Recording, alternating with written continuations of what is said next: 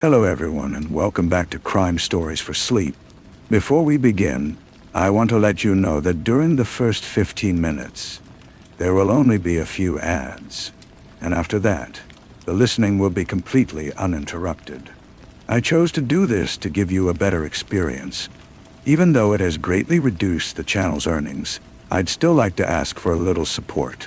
Subscribe, leave a like, and if you do, let me know in the comments where in the world you are listening from. These may seem like small gestures, but they are essential to help the channel grow and allow me to keep bringing you these stories every night. Now, lower the volume just a bit, get comfortable, turn off the lights, and let us dive together into tonight's first story. Story 1. The chair was the first thing he noticed, because it was wrong.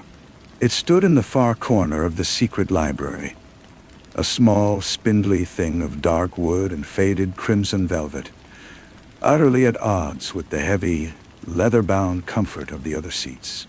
It faced the wall, not the room, as if whoever had last sat there wished only to contemplate the blank plaster. On the seat lay a single, perfect circle of dust, a halo where something had rested for a very long time, and had only recently been removed.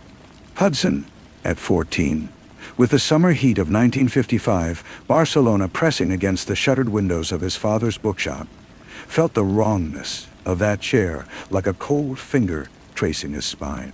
It was an everyday object, a chair, but in this hidden room at the back of El Rincón del Lector, it was a sign. Something was missing. Something had been taken. His father, Jesse, never spoke of the secret library.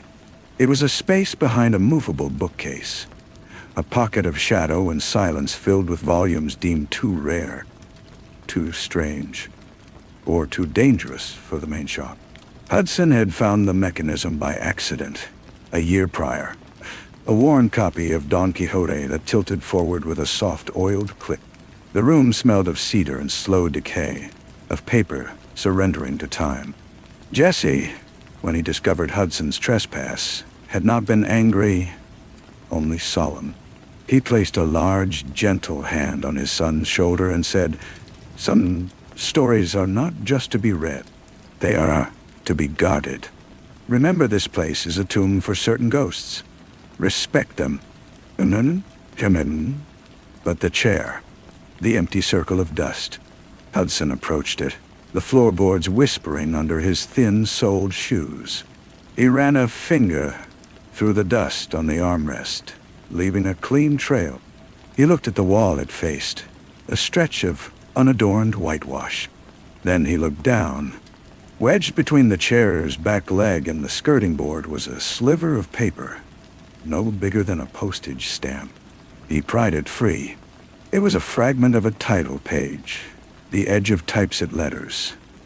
Y El Laberinto de la Memoria by C.A.M. That afternoon, with the shop drowsy and his father napping in the front room, Hudson began his search. He found no book by C.A.M. in the secret library, nor in the main shop. The absence was a vacuum, and nature, even in a library, abhors a vacuum. It demanded to be filled. He asked Jesse that evening, over a simple supper of bread and olives and thin soup. "C.A.M.," Hudson said, trying to sound casual. Jesse's spoon halted halfway to his mouth. A droplet of soup fell, staining the checked tablecloth. The silence stretched, filled only by the distant clang of a tram on the Grand Via. "Where did you see that name?" "A scrap of paper, in the back room." Jesse set his spoon down carefully. His face, usually a landscape of warm, crinkled kindness, had gone still and flat, like a closed book. "Clayton Alvaro Miro Pakes, .2. He was a writer, a friend. He is gone. His books are gone. That is all." No. But it was not all. The finality in his father's voice was not an end, but a door slammed shut. And Hudson, at an age where every closed door is an invitation, felt the first true pull of the mystery. It was a physical sensation, a hook behind his navel. His only confidant was Dave, a gangly, sardonic boy of 16 who worked at the fish market and whose humor was as sharp as his gutting knife. Dave listened, picking at a loose thread on his shorts as they sat on the stone wall of the Barceloneta, the Mediterranean stretching like a sheet of hammered copper under the dusk. "A ghostwriter," Dave said, grinning. "Literally. Your dad's hiding a corpse between the pages. Probably used that weird chair for seances." But his eyes were bright with interest. He loved puzzles, and Barcelona, in the fragile, cautious years after the war, was a city built upon them. Puzzles of politics, of loss, of hidden loyalties and visible scars. The investigation began in the city itself. Barcelona became not a backdrop, but a character, a vast, breathing archive. Hudson and Dave walked its grid of example streets and the tangled veins of the Gothic quarter, chasing whispers. They found an ancient printer in a ravel alley who smelled of ink and mildew, who muttered, "Mural pegs." They burned his plates, and in the square, a public lesson, they found a brittle, chain-smoking former literary critic in a Gracia cafe who said, "His novel wasn't a story. It was a mirror." And some people did not like what they saw reflected. It vanished. He vanished. After the war, many things vanished.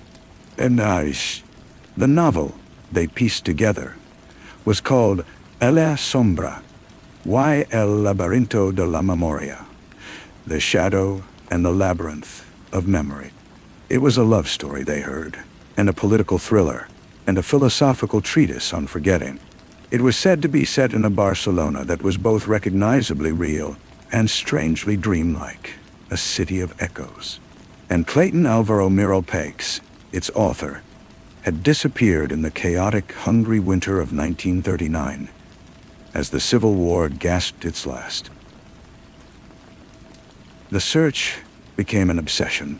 Hudson felt he was reading a book whose pages were the city's streets, whose characters were the haunted faces of its citizens. He dreamed of the empty chair, now facing a labyrinth in his mind. Then, in a second-hand stall near the Encants Market, Dave found her. Or rather, she found them. Hazel was perhaps 60, but carried her years with a tragic, elegant grace. She wore a simple black dress, and her eyes were the color of wet slate. She was selling a box of old poetry books. Dave, haggling over a Lorca, mentioned Mural Pegs offhandedly. Hazel's hands, which had been fluid and calm, froze. She looked at Hudson, really looked at him, and something in her gaze softened with a pain so old it had become a part of her architecture. "You have Jesse's eyes," she said, her voice a low, melodic whisper. "Come, walk with me." They walked through the Ciudadela Park, the humidity clinging to their skin like a second shirt. She told them of Clayton, not the ghost, but the man. Brilliant, passionate, fiercely private.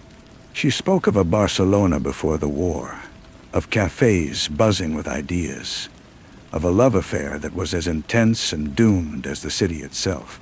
She had been his muse, his lover, his first reader. Finished the book the week the war began," she said, stopping by a stagnant pond. "He said it was the only thing that would outlast the bullets. He gave the only complete manuscript to your father for safekeeping. Jesse had the best secret library, even then." "What happened to it?" Hudson asked, his heart a drum in his throat. "Your father kept it safe, long after Clayton was taken. But a book like that, it is a living thing. It wants to be read. It whispers, and whispers carry." She spoke then of Alfred Girona, a name that came with a chill. A man of wealth and influence, a survivor who had navigated the war's shifting tides with reptilian coolness and emerged more powerful. He had been a patron of the arts, then a censor, then a collector. He had wanted Clayton's book, not to publish, but to own. to control, to bury. It contained a truth, she implied, a single buried line that mirrored a real hidden crime. A betrayal that led to the arrest and death of not just Clayton, but many others. A crime that secured Alfred's fortune and reputation. "The book is a key," Hazel said, taking Hudson's hand. Her skin was cool and papery. "To a prison Alfred built for himself. He cannot rest while it exists. He has been looking for it for 16 years. He knows Jesse has it. He is a patient man. But patience wears thin." That night, Hudson confronted his father in the secret library. The single bulb cast a jaundiced light. Jesse stood before the empty chair, his broad shoulders slumped. He did not deny it. "It is here," Jesse said, his voice thick. "It has always been here. The greatest book I have ever read, and I have kept it locked in the dark. For Clayton, for Hazel, for all of us." He went to a section of seemingly solid shelving, performed a specific sequence of pressing and pulling, and a small, deep compartment opened. From it, he withdrew not a manuscript, but a single, thick, unbound signature of pages, tied with a black ribbon. "This is all that remains. The rest, I burned the night they came for Clayton. It was what he asked me to do. I could not do it all. I saved this, the heart of it." Hudson took the pages. The paper was heavy, creamy. The ink, faded to brown, was Clayton's tight, anxious script. He read, there on the floor, while his father wept silently in the velvet chair. The prose was hypnotic. A river of images that was both Barcelona and a dream of it. It spoke of love for a woman with slate-gray eyes, of the terror of footsteps on a stairwell at dawn, of the moral labyrinth of survival. And there, on the final saved page, was the line. A seemingly innocuous description of a business deal, a transfer of property near the docks on a specific date. It was fiction, but Hudson, who now knew the city's recent history, understood. It was the key. That transaction was real. It was how Alfred Girona had purchased his life by betraying a network of artists and intellectuals to the emerging regime. The book was not just a story. It was evidence.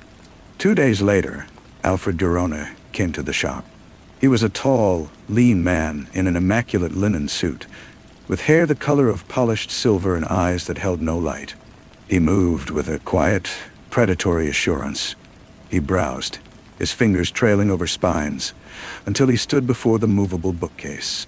"Jesse," he said, without turning, "we are too old for hide and seek. The boy has been digging in graves. It is unseemly. Give me the pages. There is no book. There is no Clayton. There is only the peace we have built, you and I. Do not break it." Jesse, from behind the counter, said nothing. Hudson, shelving books in the corner, felt the air turn to glass. "I have money," Alfred continued, turning. His smile was a thin, cold cut. "Or I have other means. The boy is curious. The city is dangerous for curious boys. Accidents happen." The thread hung in the dusty air. It was not a shout, but a whisper, and all the more terrible for it. The climax was not a chase nor a shootout. It was a quiet, desperate act of preservation. Hudson, Dave, and Hazel devised a plan under the indifferent stars on Montjuic Dot. They would not fight Alfred with force, but with memory. They would scatter the truth, like seeds. Using the old printer's contacts, they worked for a week in a basement that smelled of damp earth and chemicals. They typeset the crucial page, the damning fictionalized record of Alfred's betrayal. They printed 50 copies. Not the whole book, just that single page, with a brief factual explanation of its real-world counterpart. On a windless Monday morning, they became ghosts in the city. Hudson slipped them into mailboxes in the affluent Pedrobes district where Alfred's friends lived. Dave posted them to newspaper editors, to university professors. Hazel, with tragic dignity, walked into the police headquarters and requested the Historical Archives Department. leaving a copy with a confused clerk. They mailed one to Alfred himself. The reaction was a silent earthquake. No arrests were made. No headlines screamed. The regime was still in place. The past still a locked room. But in the world of power and reputation, a tremor is enough. Alfred Girona did not come to the shop again. Whispers in cafes said he had suddenly left for Switzerland, for his health. His name, once uttered with respect, now carried a faint, sour odor of disgrace. The truth, once buried, had been exhumed and left on display, not as a weapon, but as a fact. It was enough. A month later, Hudson sat in the secret library. The velvet chair still faced the wall. The circle of dust was gone, wiped clean. He held the precious signature of pages in his hands. He had read them a dozen times. He knew them almost by heart. He heard his father step behind him. Jesse placed a hand on his shoulder, the same gesture as a year before, but now the weight was different, lighter, a transfer of burden. "What do we do with them now?" Hudson asked, his voice echoing softly in the small room. Jesse was silent for a long time. He looked at the chair, at the wall, at his son holding the ghost of his friend. "We remember," he said finally, "and then we let the story go. A book in a locked room is a dead thing. You have given it life. Now it belongs to the city, to anyone who knows how to listen for whispers." Hudson did not burn the pages. He returned them to their compartment, but he did not close it fully. He left the hidden door ajar, just a crack, an invitation for the next curious soul. Life returned to normal. The shop opened and closed with the rhythm of the sun. Customers came and went, seeking escape, knowledge, comfort. Dave returned to the fish market, his jokes a little less sharp, his eyes a little older. Hazel was seen sometimes, walking alone in the park, a figure of quiet grief that had finally found a kind of peace. Hudson grew up. He took over the shop when Jesse passed, years later. He never found the rest of Clayton Alvaro Meropeus' novel. He stopped looking. Sometimes, on still afternoons when the heat made the books seem to breathe, he would go into the secret library. He would sit in the velvet chair, which he had turned to face the room. He would listen to the silence, which was no longer empty, but full of the echoes of a story that had been told, a truth that had been spoken. The mystery was not solved, not in the way of detective novels. It was absorbed. It became part of him, part of the city's endless, murmuring labyrinth. The last page of the manuscript was gone, of course.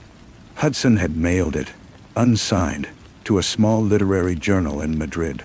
It was published in a minor issue, read by few, understood by fewer. A beautiful fragment about love and loss in a time of shadows. No one connected it to the scandal of Alfred Girona. No one recognized the name CAM, and that was the perfect, quiet ending. The crime was not punished by law, but by memory. The mystery was not unveiled with a shout, but with a sigh that slowly emptied a room of its poison. The chair remained. The shop remained. Barcelona endured, its streets holding their secrets close. A living, breathing story where every stone, every rusted gate, every shuttered window whispered of passions, intrigues, and buried things waiting for the next reader to come along and, for a moment, understand. The summer of 1955 faded into a golden autumn, and the sharp edges of the adventure began to soften into memory. Hudson found his eyes lingering on the spines of books in the main shop, wondering if any other volume held a secret compartment, a hidden truth. He became a more careful reader, listening for the whispers between the lines. His father, Jesse, seemed to shed a decade that winter. He began to speak of Clayton not as a ghost, but as a man, telling Hudson stories of his laugh, which was surprisingly high and musical, of his terrible chess playing, of his fondness for bitter chocolate and sweet vermouth. The secret library was no longer a tomb, but a memorial. One drizzly March afternoon in 1956, a man with a carefully trimmed beard and anxious eyes entered El Rincón del Lector. He browsed for nearly an hour before approaching the counter where Hudson was sorting invoices.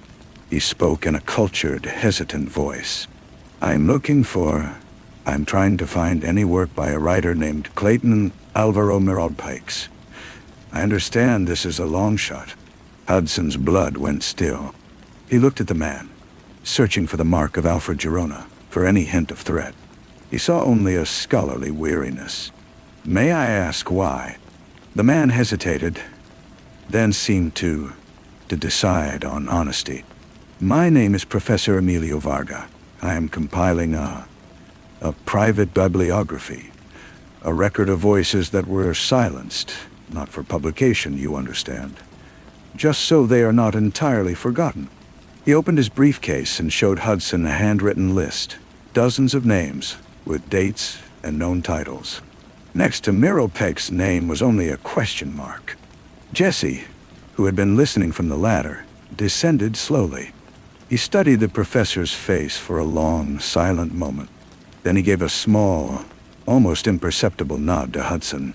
We have no books, Jesse said, but we have a few pages, a fragment. Professor Vargas' eyes filled with a light so profound it was like watching a lamp kindled in a dark room. He was shown into the secret library. He did not touch the pages Hudson placed before him. He simply leaned over them, his breath catching, reading the beautiful, desperate prose. When he finished, he removed his glasses and wiped his eyes. It is more than I hoped for, he whispered. A whisper, but a clear one. May I copy it? By hand? I give you my word it will go only into my archive. A record that he existed, that he wrote this. Jesse agreed. For 3 afternoons, Professor Varga sat at the small desk in the corner, meticulously transcribing the fragment into a heavy ledger. He asked no questions about its provenance or about the missing rest. On the final day, he closed his ledger, shook their hands with grave sincerity, and left. They never saw him again, but his visit felt like a sacrament. The story had found another guardian, years unspooled. Hudson married a girl from Gracia who loved poetry, and they had a daughter they named Clara. Dave married too, and opened his own stall at the Boqueria, selling not just fish, but spices from around the world, his laughter still echoing off the tiled walls. Hazel passed away peacefully in her sleep, a photograph of a young, smiling Clayton on her bedside table. When Jesse died in 1970, the shop passed to Hudson. The city around it was changing, modernizing, but El Rincón del Lector remained a constant, a pocket of quiet. Hudson turned the velvet chair to face the room permanently. He sometimes sat in it to read. In the spring of 1975, with the old regime finally fracturing, a young journalist came to the shop. She was writing a series on cultural memory. She had heard a rumor, a faint trace from a professor's private archive now donated to a university, about a lost writer in a bookshop that might remember. Her name was Anna, and she had Hazel's fierce, intelligent eyes. Hudson, his own hair now graying, told her the story. He showed her the secret library. He let her read the pages. He told her of Alfred Girona, and the scattered truth and the quiet victory. This is incredible, Anna said, her notebook filled with frantic scribbles.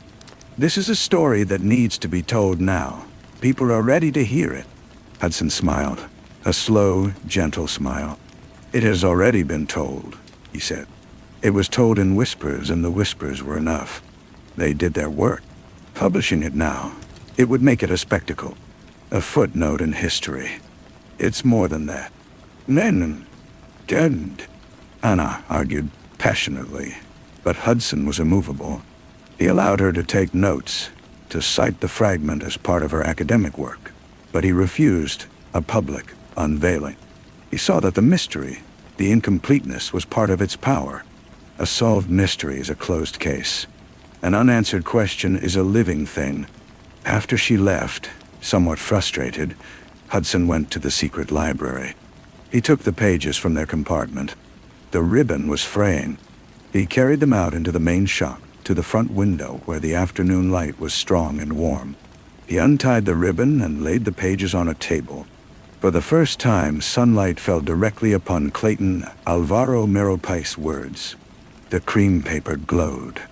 The brown ink seemed to deepen, to become legible not just as text, but as the physical impression of a man's hand. Long gone. A customer, an elderly woman buying a travel guide, glanced over. "Old letters?" she asked. "A story," Hudson said. "Is it a good one?" "It's a true one," he replied. He did not rebind the pages. He returned them to the compartment, but he left the secret door open wider than before. He imagined the whispers from that little room drifting out, mingling with the scent of old paper and dust in the main shop, becoming part of the air that readers breathed when they walked in seeking solace or escape. That night, he dreamed not of the chair, nor of the labyrinth, but of a simple, clear image.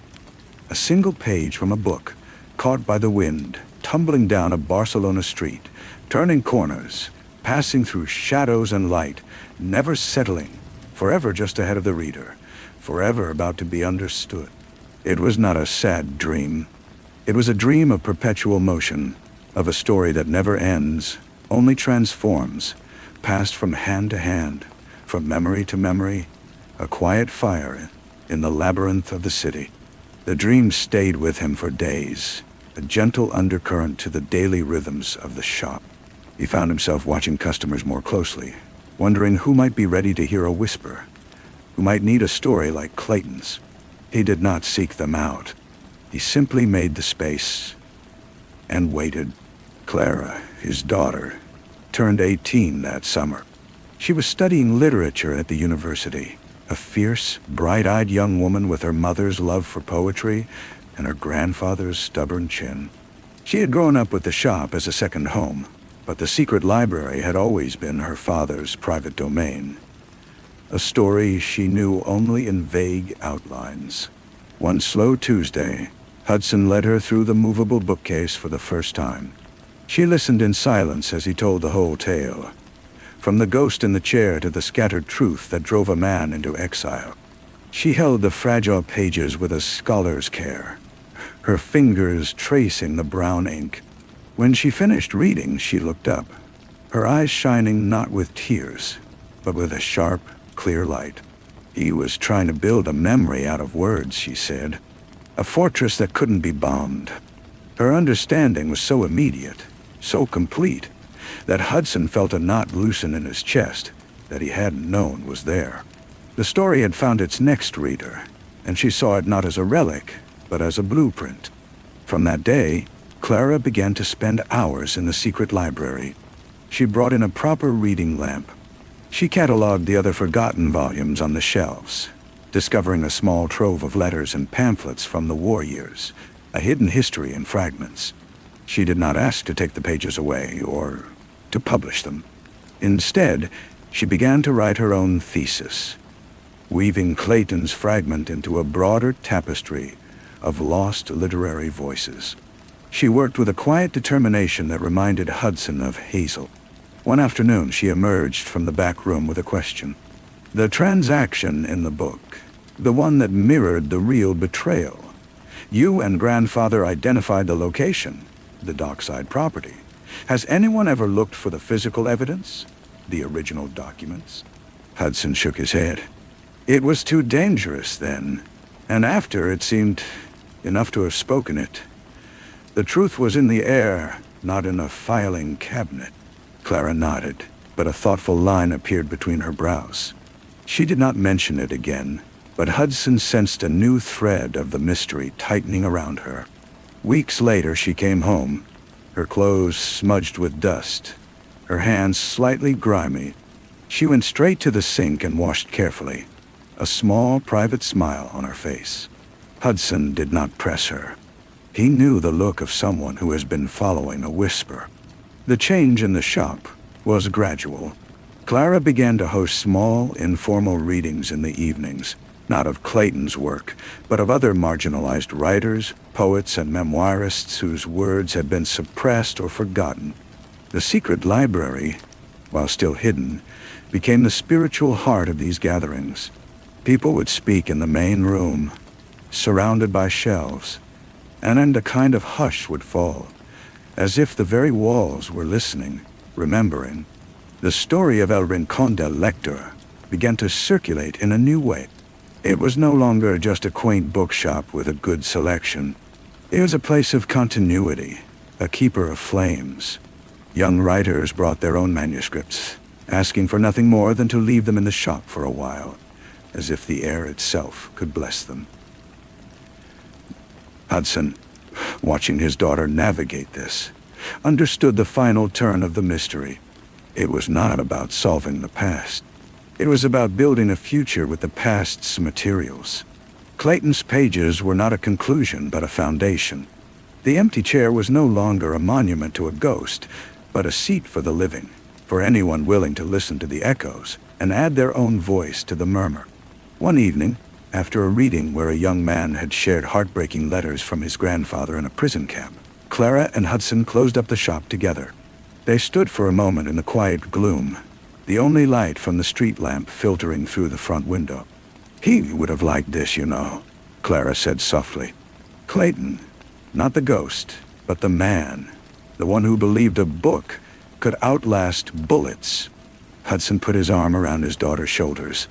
"I think he does like it," he said.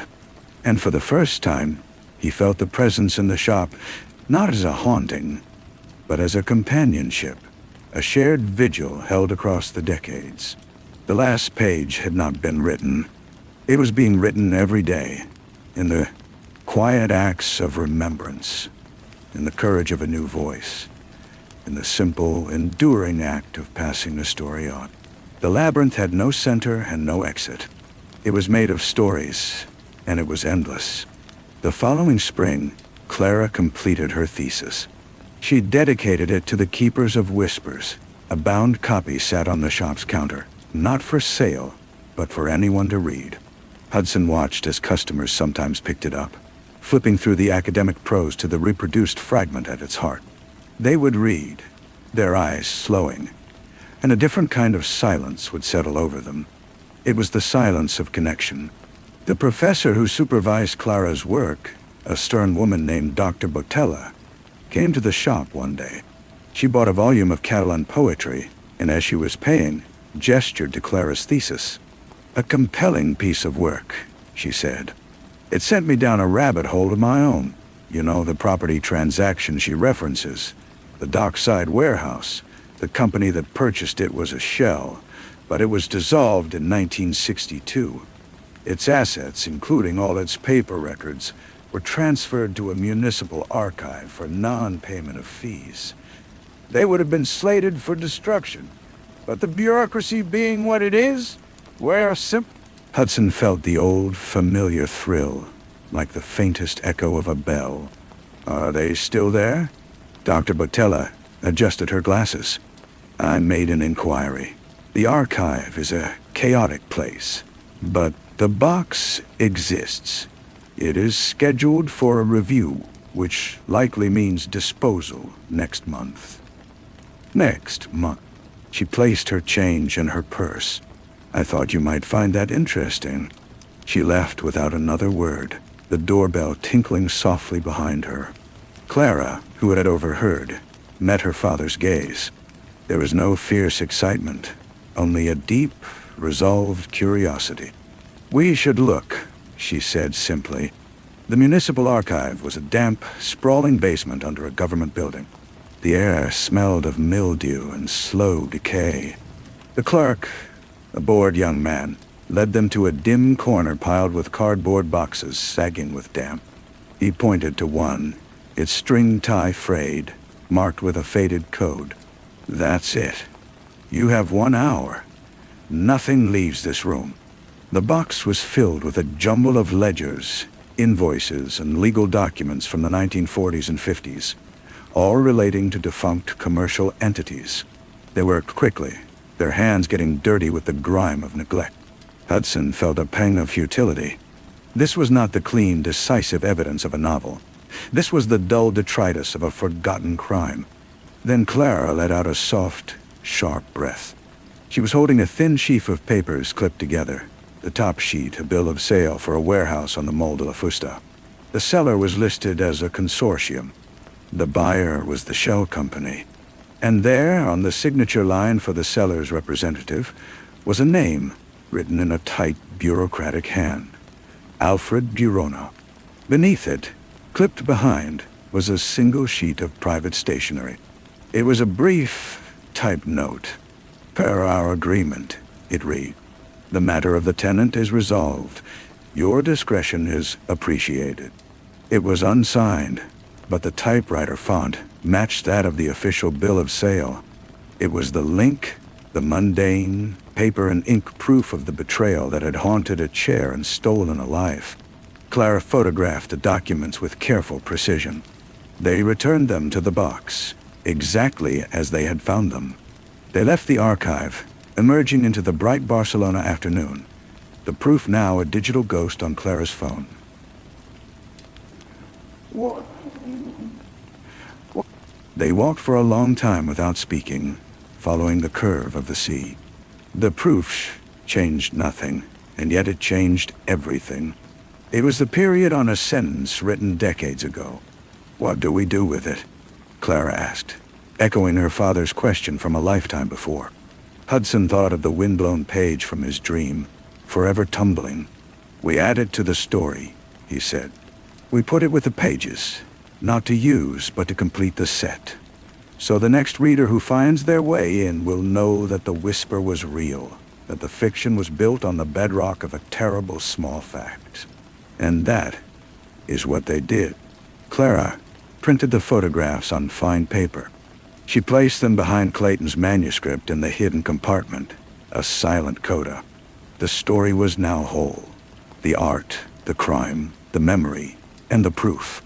A perfect, closed circle. Yet the shop remained open. The chair remained empty, yet always full. The whispers continued. For Hudson understood as he locked up that night that a story is never truly complete. It is only waiting for the next reader to open the book, to sit in the chair, to hear the whisper and feel. For a moment, the weight of a truth passed from hand to hand, through time, in the endless, murmuring labyrinth. The years softened Hudson's steps, but not his vigilance. He and Clara ran the shop as partners, a seamless transfer of guardianship that required no discussion. The proof they had found was never spoken of to customers, but its presence in the secret library was a quiet anchor. It allowed the story to rest, no longer a searching thing, but a settled one. Clara married a historian, a quiet man named Leo, who understood the sanctity of archives and the power of silence. They had a son, whom they named Jesse. When old Hudson held his grandson for the first time, he felt the circle was not closing, but spiraling forward. The child would grow up among books, with the whisper in the walls as his lullaby. Hudson passed away in his sleep the winter after his 80th birthday. He was found in the velvet chair by the window, a volume of Antonio Machado open on his lap. The shop closed for a day of private mourning. That night, Clara sat alone in the secret library. She felt no ghost, only a profound and peaceful fullness. She read her father's handwritten notes, kept alongside Clayton's pages, and the cold proof of betrayal. In the margin of a ledger where he had tracked inventory, she found a line she had never seen before, written in his later, shaky script. The book was never the point. The reading of it was. She understood. The fortress was not the fragment, nor the proof. It was the act of keeping it, of passing it on. It was the space between the reader and the page, where meaning sparked and lived. Under Clara's care, El Rincón del Lector evolved yet remained. She digitized the fragment and the documents, placing them in a secure private online archive with instructions for its transfer upon her death. The physical pages remained in their compartment, visited less often now, like revered elders. The shop's readings continued, expanding to include voices from across the Mediterranean. Stories of exile and return that resonated with the old, local ghost. One rainy afternoon, a man entered the shop. He was in his late 40s, with a kind, tired face and the hands of a pianist or a surgeon.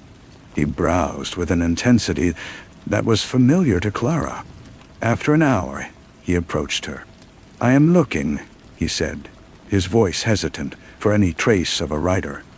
My great-uncle, I believe. His name was Clayton Alvaro Miral Paix." Clara's breath caught. She looked at him, searching for Alfred Girona, but found only a gentle, inquisitive sadness. "May I ask why?" she said, the old protective formula. The man sighed. "Family history.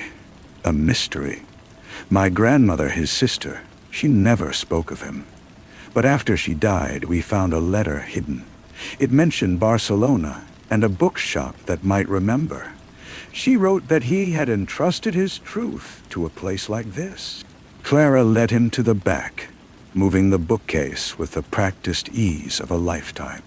She did not show him the proof first. She gave him the fragment. She watched as he read, his lips moving slightly, his eyes glistening. When he finished, he looked up, shattered and whole. "He was real," the man whispered. "He was really here." Clara then showed him the photographs of the documents. He traced the signature of Alfred Girona with a trembling finger. "This name, it is on other papers in my family's records. A lawyer who handled things. A bad man, my grandmother said." They talked for hours. His name was Mateo. He was a doctor from Valencia. He had no interest in publishing anything. He simply wanted to know. Before he left, Clara made him a copy of the fragment on thick cream paper. He held it as if it were a holy relic. "Thank you," he said, "for keeping the door open." After he was gone, Clara sat in the velvet chair. She looked at her son, Jesse, now a teenager, shelving books with careful attention.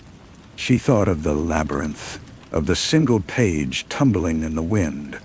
It had found its way at last to a blood relative. The story had completed a circuit it had never known it needed. But it did not end. It never would. The next day, a young woman would come in, asking about poets from the war. A student would seek a forgotten feminist treatise. The whispers would find new ears. The empty chair would hold a new reader. And the fragment, the proof, the history, all of it would hum in the background. A sustained low note, giving depth to every new story that entered the old shop. It was not an ending. It was an echo, fading and renewing, as long as there were books on the shelves and someone to read them. Story 2. The silence in the penthouse was not an absence of sound, but a presence. It was a thick, distilled quiet, the kind that settles after a scream has been swallowed by expensive carpets and soundproof walls. It hummed in Enzo's ears, a high-frequency tinnitus of pure tension. He stood by the floor-to-ceiling window, a silhouette against the bruised purple and neon orange of the Monaco skyline at 3 a.m. Below, the Mediterranean was a black sheet, and the yachts were sleeping beasts, strung with fairy lights. The silence here was a lie. It masked the whisper of cards being dealt in distant rooms, the clink of ice in a glass held by a trembling hand, the soft, final exhalation of a man who had just lost everything. Felix had been clear, his voice a dry crackle over a secure line 2 weeks prior. "It's not about killing him, Enzo. Death is a transaction for a man like Cade. An inconvenience. His money is his soul. You must perform an exorcism. Cade D. Julian Cade. A financier who moved capital like a master chess player moving pieces, if the chessboard were the global economy, and the pieces were lives, governments, wars. His money laundered the conscience of a dozen brutal regimes, funded private militias, and greased the palms of politicians from D.C. to Damascus. He was a ghost in the machine, until now. The mission was set for the final table of the La Circle d'Or tournament, a private, obscenely high-stakes game held in this very penthouse, a glass palace perched above the casino. Enzo's cover was Alexander Roth, a reclusive tech billionaire with a taste for volatility. His weapon was not a Walther PPK, but a mind that could calculate odds faster than a computer and a face that betrayed nothing but a faint, perpetual amusement. The door to the private gaming salon whispered open, and the silence shifted, admitting the scent of Cuban tobacco, French perfume, and cold, hard fear. Enzo turned. Julian Cade was a man of elegant angles. Silver hair swept back from a widow's peak, eyes the color of a winter sea, a smile that never warmed beyond a polite curve of the lips. He moved with a predator's economy, a shark in a Brioni suit. Beside him, a step behind yet utterly central, was Alyssa. She was a study in contradictions. A black dress that seemed to drink the light, hair the shade of old bourbon, eyes that held a green so deep it was almost black. She was Cade's companion, his good luck charm, the soft arm through which his hardness was often displayed. But her gaze, when it met Enzo's for a fleeting second, held a message not written in Cade's script. It was a flicker of recognition, of a shared secret that did not yet exist. "Mr. Roth," Cade said, his voice like gravel smoothed by velvet. "We've been anticipating your arrival. The table lacks a certain piquancy without a worthy adversary." "No." Enzo offered a nod, a mirror of Cade's own chilly courtesy. "The anticipation is mutual." His eyes drifted to Alyssa. "Ma'am." She inclined her head, a faint, enigmatic smile playing on her lips. "The cards have been waiting," she said, her voice a low, smoky thing. It was the first of her coded statements, a language they would build between them in glances and seemingly innocuous phrases. The game began. It was Texas Hold'em, but it was also chess, boxing, and psychological warfare. The felt of the table was a battlefield. The chips were conments. Enzo played a patient, observational game, learning the rhythms of the other four players. A Russian oligarch with vodka-flushed cheeks, a Saudi prince with bored eyes, a hedge fund vulture from New York, and Cade. Cade was a master of pressure. He bet not to win pots, but to assert dominance, to probe for weakness. He would raise on nothing, a blunt instrument of intimidation. Enzo absorbed it. He noted the way Cade's right thumb stroked his index finger when he bluffed.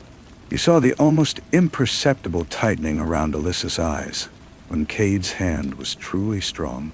She was a silent metronome, her subtle tells a counterpoint to her patrons.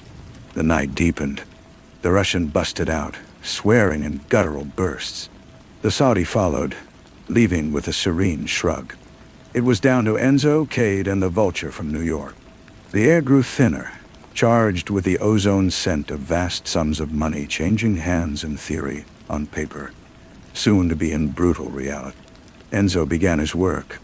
He won a large pot from the vulture with a perfectly timed, aggressive re-raise on the river. His pair of eights suddenly a monstrous threat. The vulture folded, his confidence shattered. He left soon after, the silence swallowing his departure whole. Now, it was just the two of them, Enzo and Cade. The silence in the room was now a third player, holding its breath. "Finally," Cade murmured, stacking his chips with precise, surgical movements. A conversation between adults. The real game began. Back and forth they went, a dizzying dance of raise and re-raise. Check and check raise. Enzo was not just playing the cards. He was playing the man.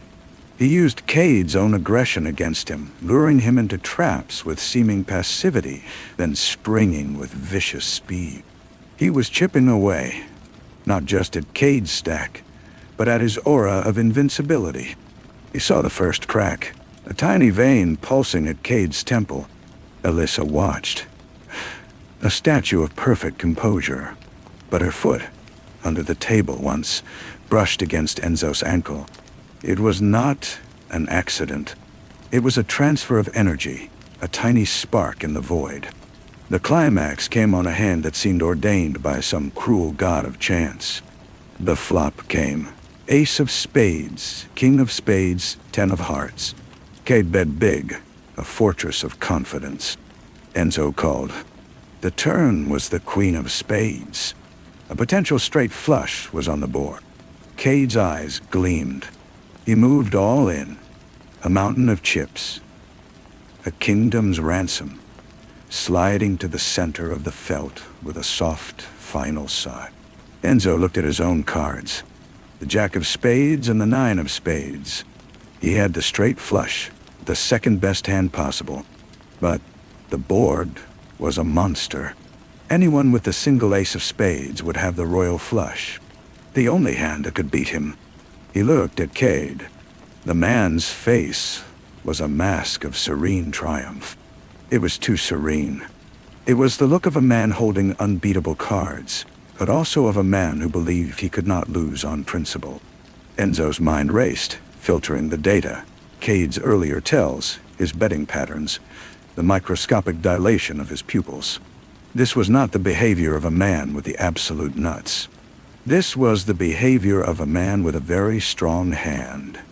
Maybe the ace-high flush, who believed his opponent could not possibly have the one card that beat him. And then, Enzo looked at Alyssa. Her hands were folded in her lap, knuckles white. She was staring at a point on the wall behind Enzo, her face pale. She gave a single, almost imperceptible shake of her head. A warning? Or signal? He heard Felix's voice. His money is his soul. He saw the silent plea in Alyssa's green-black eyes. He felt the weight of the distorted silence pressing in. I call, Enzo said, his voice calm in the roaring quiet. He pushed his entire stack forward, meeting Cade's bet. The world contracted to the green felt, the 2 piles of chips, the 5 community cards. Show me, Cade said, a razor in his voice. Enzo turned over his jack and 9 of spades. The straight flush. For a second, nothing happened. Then Cade's mask shattered. A tremor went through him. He did not turn over his cards. He simply stared, his winter sea eyes wide with a shock so profound it was almost childlike. He had lost. Not just a hand, but the foundation of his power. The carefully leveraged empire, the web of debts and obligations, it was all built on the perception of his invincibility. This loss, public and humiliating in this most private of arenas, would trigger a cascade of failures. Creditors would call, allies would waver, the house of cards would fall. He stood up, the chair scraping the floor with a sound like a scream. He looked at Enzo, then at Alyssa, his gaze connecting dots with terrifying speed. You, he breathed, not at Enzo, but at her. Then he turned and walked out into the deep silence of the penthouse, followed by his 2 hulking shadows. The door closed. The game was over. Enzo sat amidst the ruins of a fortune, his ears ringing. Alyssa remained seated. The tension did not break. It merely changed frequency. You understood, she said finally. Her voice was tired. Your signal, he replied. It was the ace. He didn't have it. He never had it, she said, standing. She walked to the window, her back to him. Had the king-high flush. He was always a bully. He believed his own myth. She turned, her face illuminated by the dawn now bleeding into the sky. I'm not his. I never was. I'm Miss 6, deep cover. Felix insurance policy. The revelation landed not with a bang, but with the quiet click of a final puzzle piece. The ally within the fortress. The betrayal within the betrayal. The mission is complete, Enzo stated, feeling a hollow where triumph should have been. Is it? She asked. She walked towards him, her movements fluid, dangerous. She stopped close enough for him to smell her perfume, something like night-blooming jasmine and gun oil. You broke him. But you know he won't just fade away. Men like Cade, they have friends in dark places. They have long, long memories. That's not my concern, Enzo said, though the words felt brittle. It's now, she whispered, and then she kissed him. It was not a kiss of celebration or passion, but of sealing a pact, of transferring a curse. It tasted of adrenaline and despair. She left him there, standing alone in the silent, dawn-lit room, the ghost of her touch on his lips, the spectral weight of Cade's ruin in the air. The debrief, with Felix, days later in a safe house in Geneva, was clinical. A masterstroke, Enzo. Truly. The financial collapse has begun. 3 of his shell companies have already filed for bankruptcy. The Russians are distancing themselves. A work of art. Enzo stared at the rain on the window. Elisa. Extracted. Safe. For now. Felix lit a cigarette, the smoke curling in the gray light. She was invaluable. A brave woman. You should put her out of your mind. But he couldn't. The memory of her was a splinter in his soul. The mission had been a success. Yet he felt gutted, as if he had lost something fundamental in that silent penthouse. He had entered as an agent and exited as a marked man, the taste of another's doom bitter in his mouth. Weeks passed. Enzo tried to resume his life, but the world had lost its color, its sound. Everything was muted, filtered through the memory of that distorted silence. He took a simple surveillance job in Vienna, a routine matter. He was sitting in a cafe on a cobblestone street, watching the entrance of a modest hotel, the scent of coffee and apple strudel thick in the air. A woman sat down at his table. She was older, elegant, with a sharp, intelligent face. She placed a small, sealed envelope on the table between them. "From mutual friend," she said, her accent vaguely Eastern European. "She said you would understand the message." Before Enzo could speak, she stood and melted into the crowd. His heart was a cold stone in his chest. He opened the envelope. Inside was a single high-resolution photograph. It showed a sun-drenched terrace somewhere. Maybe Greece, maybe Italy. Alyssa was laughing, her head thrown back, wearing a simple white sundress. She looked free. She looked happy. And beside her, one hand resting possessively on the back of her chair, his silver hair bright in the sun, his winter sea eyes fixed not on the camera, but on her, with a look of terrifying, intimate triumph, was Julian Cade. On the back, in Alyssa's distinctive handwriting, were 3 words. He knows. Run. Dut. The sounds of the Viennese street. The clatter of trams, the chatter of tourists, the melody from a distant violin, all dissolved into a single, all-consuming roar of silence. It was the same silence from the penthouse, but now it was inside him, filling his lungs, his skull. It was the silence before the storm that never breaks. The silence of a trap already sprung, of a betrayal so deep its geometry had no end. He sat there, the photograph trembling in his hand, the ghost of her kiss, now a brand. He looked at the hotel entrance, his target forgotten. He looked at the bustling square, every face a potential enemy, every shadow a threat. He looked at the photograph again, at Cade's hand on the chair, at Alyssa's brilliant false laugh. And he understood. The game was not over. It had only just begun. The real stakes were not money or power, but identity, trust, the very truth of the past. He had been a scalpel in Felix's hand, but whose hand held Felix? Was Alyssa the betrayed or the betrayer? Was her warning the last act of an ally, or the first move of a new, more exquisite form of vengeance? He stood, leaving the photograph on the table, a testament to the beautiful, terrible lie of it all. He walked into the crowd, a ghost among the living, the silence his only companion. He did not know where to run because he no longer knew who was chasing him, or from which direction the blow would fall. The only certainty was the chill in his bones and the deafening, distorted silence, waiting for the first shot that would never come, the revelation that would never clarify, leaving him forever in the limbo between the truth and the lie, a man who won the game but lost the world. The coffee in his cup had gone cold, a dark circle of neglect. Enzo left a handful of euros on the table. Too much. A careless gesture that felt alien. He walked without direction, his training forcing a calm, measured pace, even as his mind fractured into 1,000 analytical shards. The photograph was a weapon, but its target was not his life, not immediately. It was his understanding. It was the story Felix had sold him, the narrative he had built his actions upon. Alyssa, my six. Alyssa, laughing with Cade.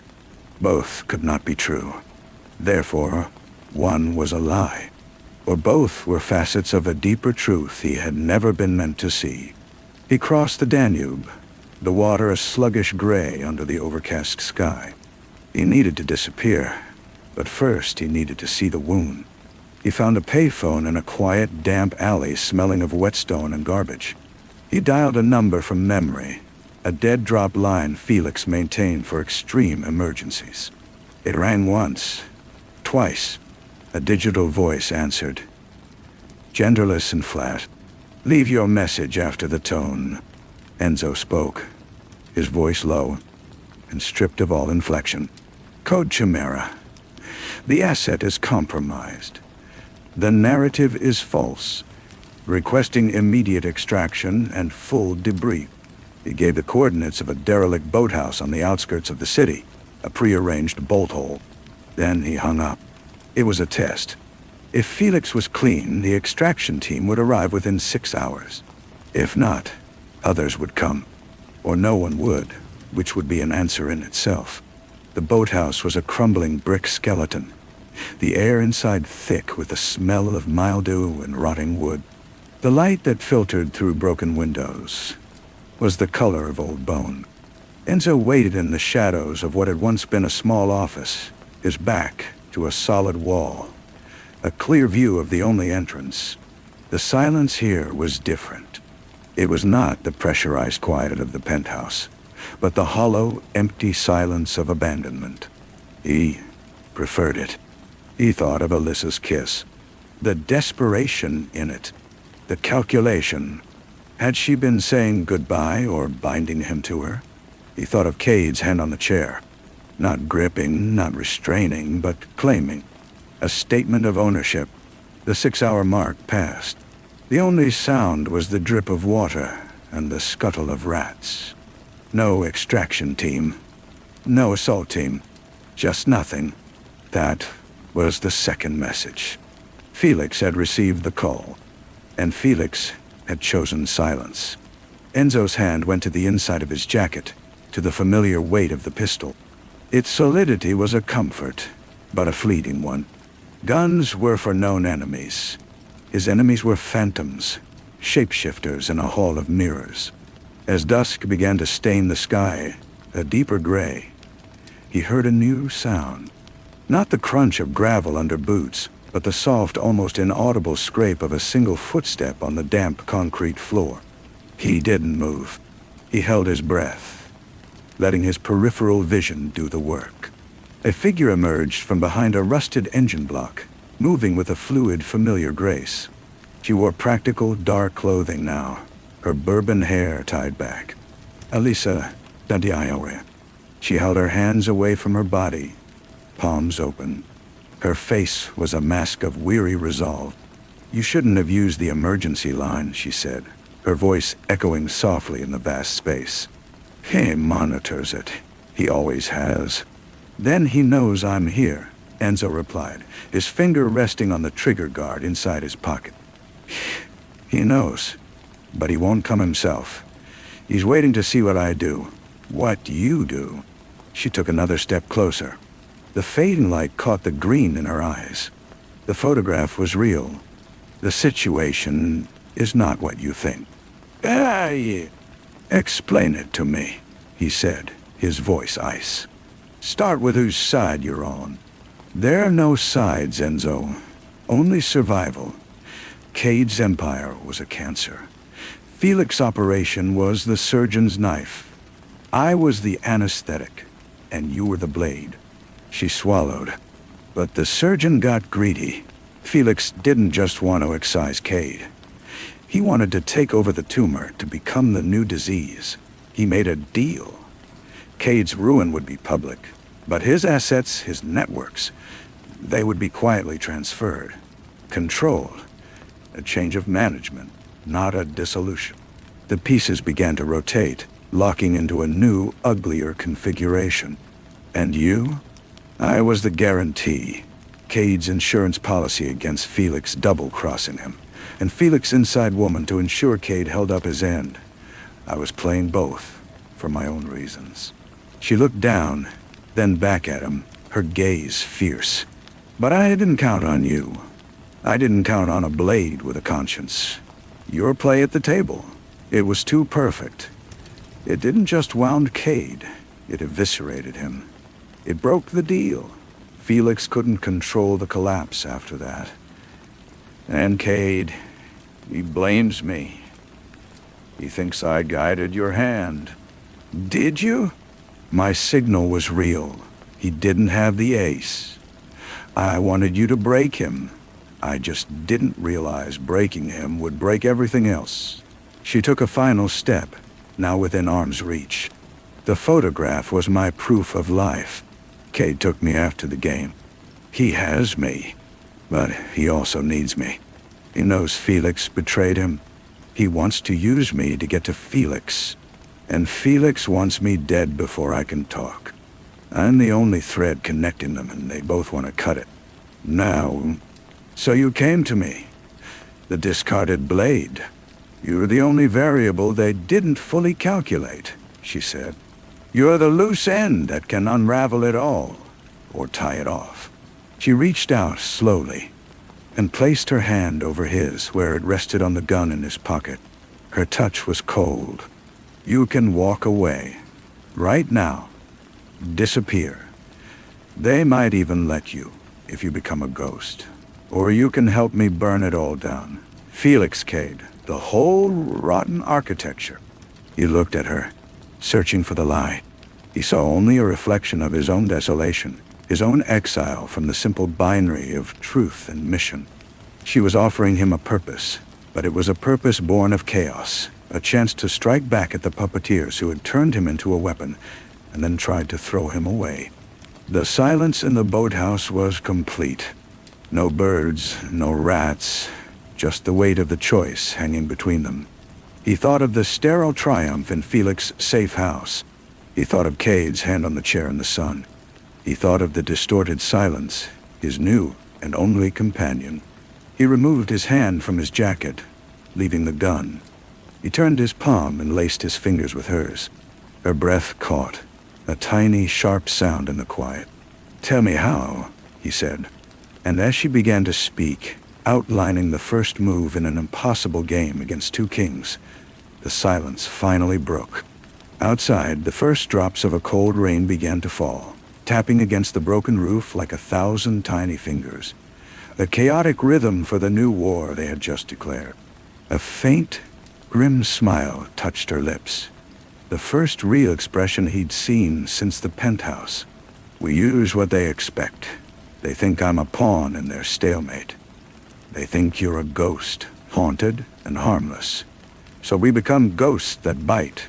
She squeezed his hand once, then let go. All business.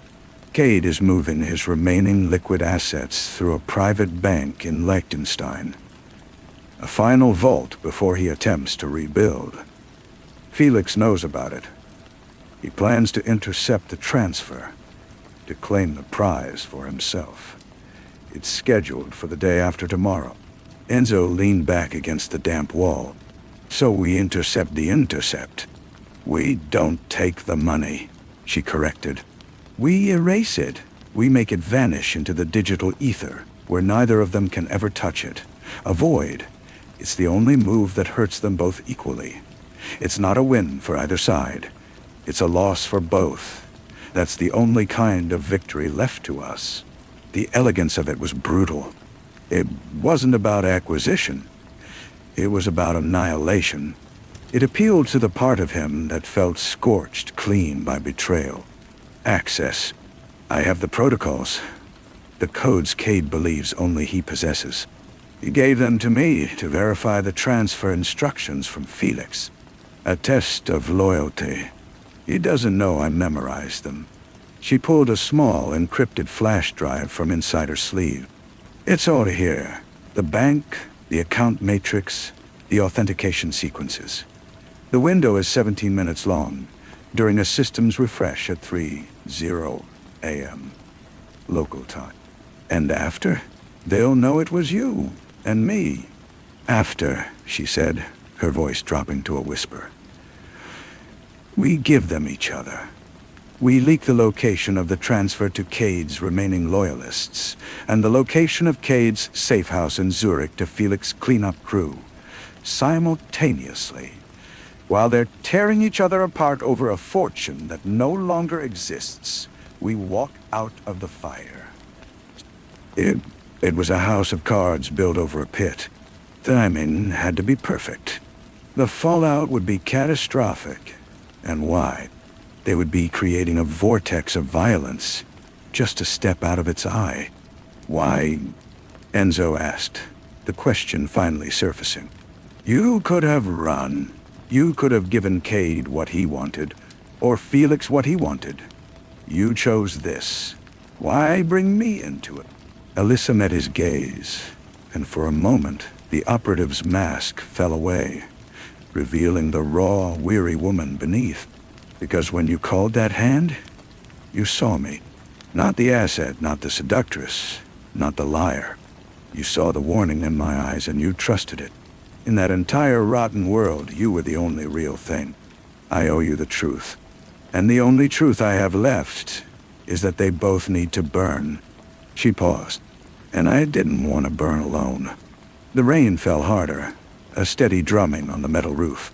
Enzo pushed himself off the wall. The inertia of the last few weeks, the numb drifting, was gone, replaced by a cold, focused energy. He had a target. 2 targets. A direction. We'll need a nest, he said. Somewhere with impeccable, untraceable bandwidth. Not here. I have a place, Alyssa said. A photographer's flat in Prague. He's on assignment in Patagonia for 6 months. It's clean. We can be there in 5 hours. They left the boathouse separately, melting into the rainy Viennese night from different directions, 2 shadows converging on the same distant point. Enzo traveled light, buying a ticket at the station with cash, feeling the eyes of every camera as potential enemies. The train journey was a blur of dark windows, and his own reflection superimposed on the passing countryside. He saw the ghost Felix had wanted him to become, and behind its eyes, a new, sharper ghost forming. The flat in Prague was small, cluttered with artistic clutter, and smelled of fixer and dust. It overlooked a cobbled courtyard. They worked side by side in a wordless, efficient rhythm, setting up laptops, routing connections through a daisy chain of proxies, preparing their digital siege engines. The silence between them now was not distorted, but purposeful, filled with the soft tap of keys and the hum of machines. As the night of the transfer deepened, they sat before a bank of screens, the glow painting their faces in shades of blue. The codes were accepted. The vault of numbers, a fortune built on misery and leverage, appeared on the screen. Enzo's fingers hovered over the final sequence. Alyssa nodded, her eyes fixed on the countdown clock. For what we lost, she said softly. He executed the command. On the screen, the numbers didn't zero out. They simply disappeared, replaced by a single blinking cursor in an empty field. A digital void. It was done. Without a word, Alyssa sent the 2 encrypted messages. The coordinates, the triggers, into the world. The bait, thrown into the waters where the sharks circled. Then, they waited. They monitored the channels. First, a flare of encrypted traffic from Zurich. Then, a sharper, more frantic burst from the Liechtenstein bank. Then, chaos. Overlapping, angry, panicked signals. The storm had been unleashed. Now, Enzo said. They destroyed the hardware, melting chips with a small butane torch, grinding drives to powder in the photographer's kitchen sink. They left nothing but inert plastic and ash.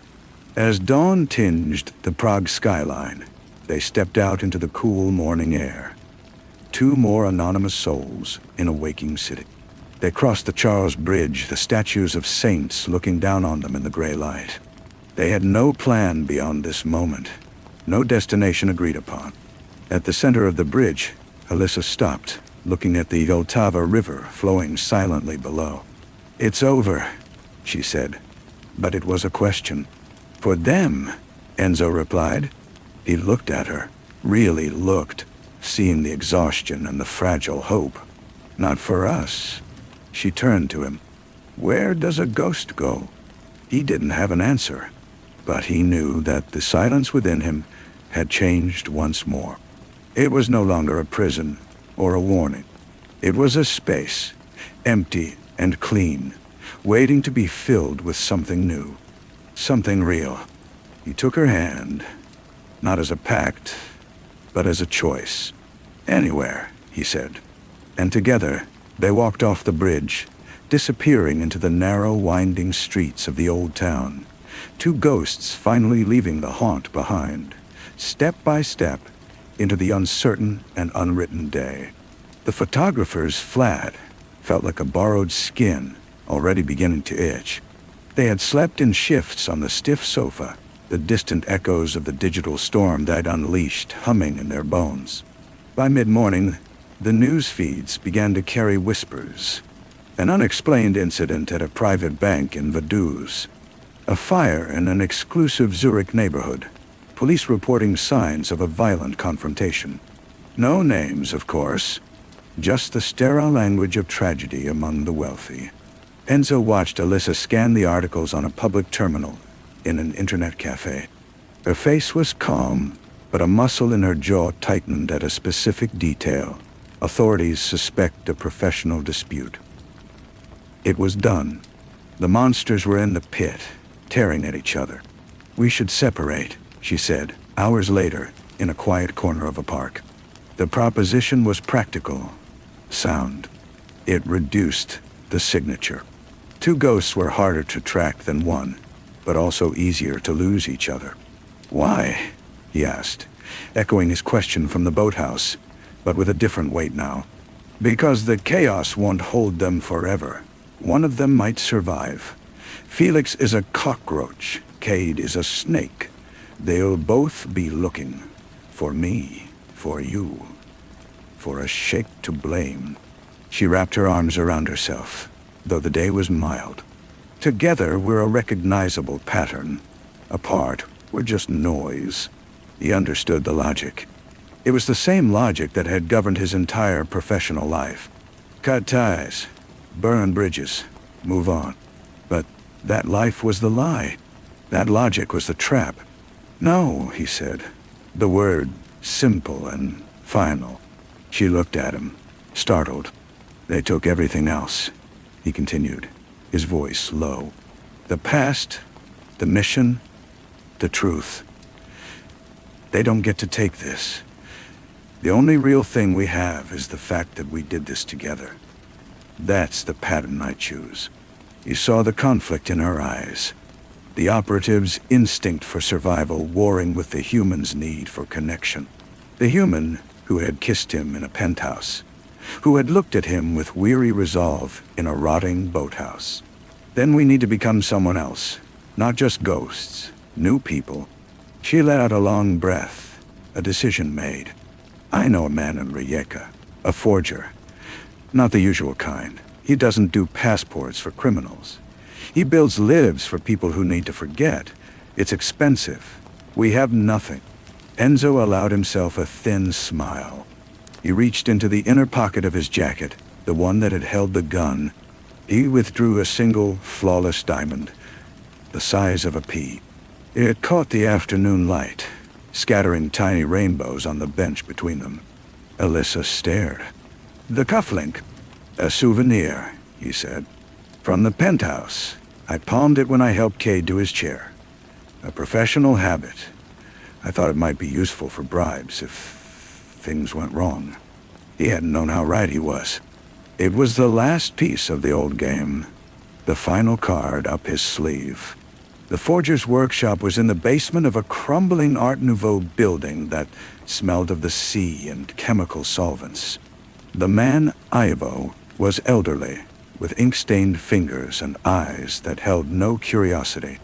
He asked no questions. He examined the diamond under a loupe, nodded once, and set to work. For 3 days, they lived in a small back room, surrounded by the hum of a high-end printer and the scent of fresh laminate.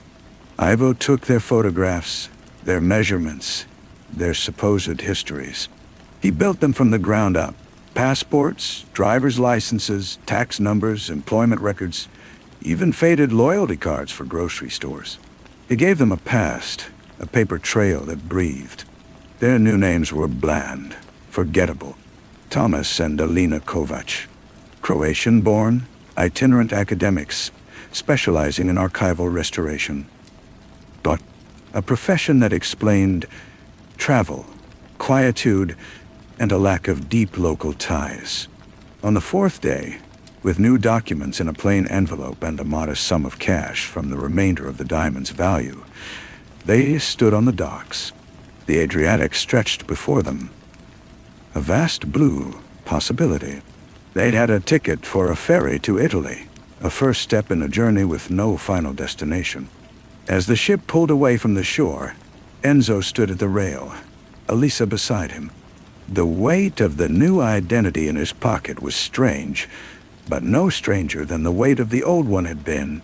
He was not Tomas Kovac, just as he was no longer the scalpel in Felix's hand. He was something in between, something unfinished. Alyssa's hand found his on the railing. Her fingers were warm. "What do we do now?" she asked, her voice barely audible over the wind and the engines. He thought about it. About archives, about restoration, about sifting through the broken pieces of the past to find a pattern that could be saved, understood. It was a peaceful image. A lie, perhaps, but a lie they would build together, day by day. "We learn," he said. "We learn how to be people." The horizon line was sharp and clear, the future a blank page. For the first time, the silence within him was not a void, but a space for the sound of her breathing, the cry of the gulls, the steady churn of the ship cutting through the water, moving forward, always forward, into the light of the unknown sea. The first job came through a university in Bologna, a contract to assess and stabilize a collection of 18th century maritime maps. The work was meticulous, quiet, and paid just enough for a small apartment with sun-bleached shutters and the smell of old paper and espresso. Tomas and Alina Kovac were polite, skilled, and kept to themselves. Their neighbors found them a little distant, but assumed it was the academic temperament. Enzo would spend hours under the glow of a conservation lamp, his hands, which had once held a gun or palmed a diamond, now learning the delicate art of repairing torn parchment with Japanese tissue and wheat starch paste. The focus required was absolute, a meditation. It quieted the old instincts, the part of him that always scanned a room for exits and threats. Here, the only threat was time itself, and his job was to gently defy it. Elena handled the research, the correspondence, the logistics. She had a knack for the mundane details of a constructed life, remembering the backstory of their fictional thesis, the names of distant colleagues. At night they would sit at the small kitchen table, maps spread between them, and she would point out a faded coastline, telling him the real history of the place. not the one in their forged documents. It was her way of weaving truth into the fiction, an anchor. They were careful. They never used the old names, even in the privacy of their apartment. The past was a locked room they both agreed not to enter. But sometimes it bled through the cracks. A car backfiring in the narrow street would make Enzo's shoulders tense, his eyes darting to the window before he could stop them. Once, at a market, a man in a well-cut suit who looked nothing like Felix stared a moment too long at Alyssa, and she spent the rest of the day silent and pale, her movements brittle with controlled alarm. They would find each other's hands in the night, a silent reassurance in the dark, a confirmation that they were both still there. After 6 months, the contract ended. They packed their few belongings, mostly clothes and books, and the carefully rolled maps they had saved, and moved south to a coastal town in Puglia.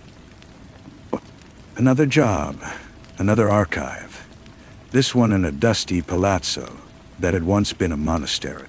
The rhythm repeated, but it was a rhythm they were building together. The silence between them was no longer just purposeful or wary. It began at times to be comfortable. One evening, on a terrace overlooking the sea, the air thick with the scent of jasmine, she broke their unspoken rule. "Do you ever miss it?" Alyssa asked, not looking at him, her gaze on the darkening water. "The clarity, I mean. The knowing what you were for." Enzo considered the question. He thought of the sterile thrill of a perfect play, the cold satisfaction of a mission accomplished. Then he thought of the hollow that followed, the distortion that had crept into every quiet moment. "No," he said, and found he meant it. "I miss the person I thought I was, but he was a tool. I don't miss the hand that held me." She nodded slowly. "I miss the certainty sometimes. The role. It was a cage, but the walls were clear." She finally turned to him, her green eyes reflecting the first stars. "This is terrifying, all this open sky." He reached over and took her hand. "It is," he agreed. There was no point in lying. Their entire existence was a testament to the fragility of peace. But it's real. The next morning, a letter arrived at the palazzo, forwarded from their old address in Bologna. It was addressed to Tomas Kovac, on the letterhead of a cultural foundation in Lisbon. Another job offer, a significant one, a 2-year project to restore a collection of navigational instruments. It was the next logical step in their constructed career path. Alyssa read it over his shoulder. "Portugal is far," she said, her voice neutral. "It is. We could go. The work is good. It would deepen the cover." She was thinking like an operative, assessing the strategic value. Enzo put the letter down on the worn stone table. He looked at her, at the faint lines of tension around her eyes that had only recently begun to soften. He thought of the maps they had preserved, charts of seas that had been perilous and unknown to the people who first drew them. "Or," he said, "we could stay here. The archivist said they need help with the local church records indefinitely. It pays less, much less." She was silent for a long time, watching a lizard dart across the sun-warmed stone. The offer from Lisbon was a thread, pulling them back into the safe, predictable narrative of movement, of hiding in plain sight through perpetual motion. Staying was a different kind of risk. It meant putting down a root, however shallow. It meant becoming more visible to a single place. A slow smile touched her lips, the same one he'd seen in the boathouse, but now it was free of grimness. It was just a smile. "The church records are probably in terrible condition," she said. "Probably," he agreed. "It would be a challenge." It would. She picked up the letter from Lisbon, folded it neatly, and tore it in half. The sound was sharp and final in the quiet morning air. She let the pieces fall onto the table. "Then I suppose we should go and speak to the priest," she said. "See how bad the damage really is."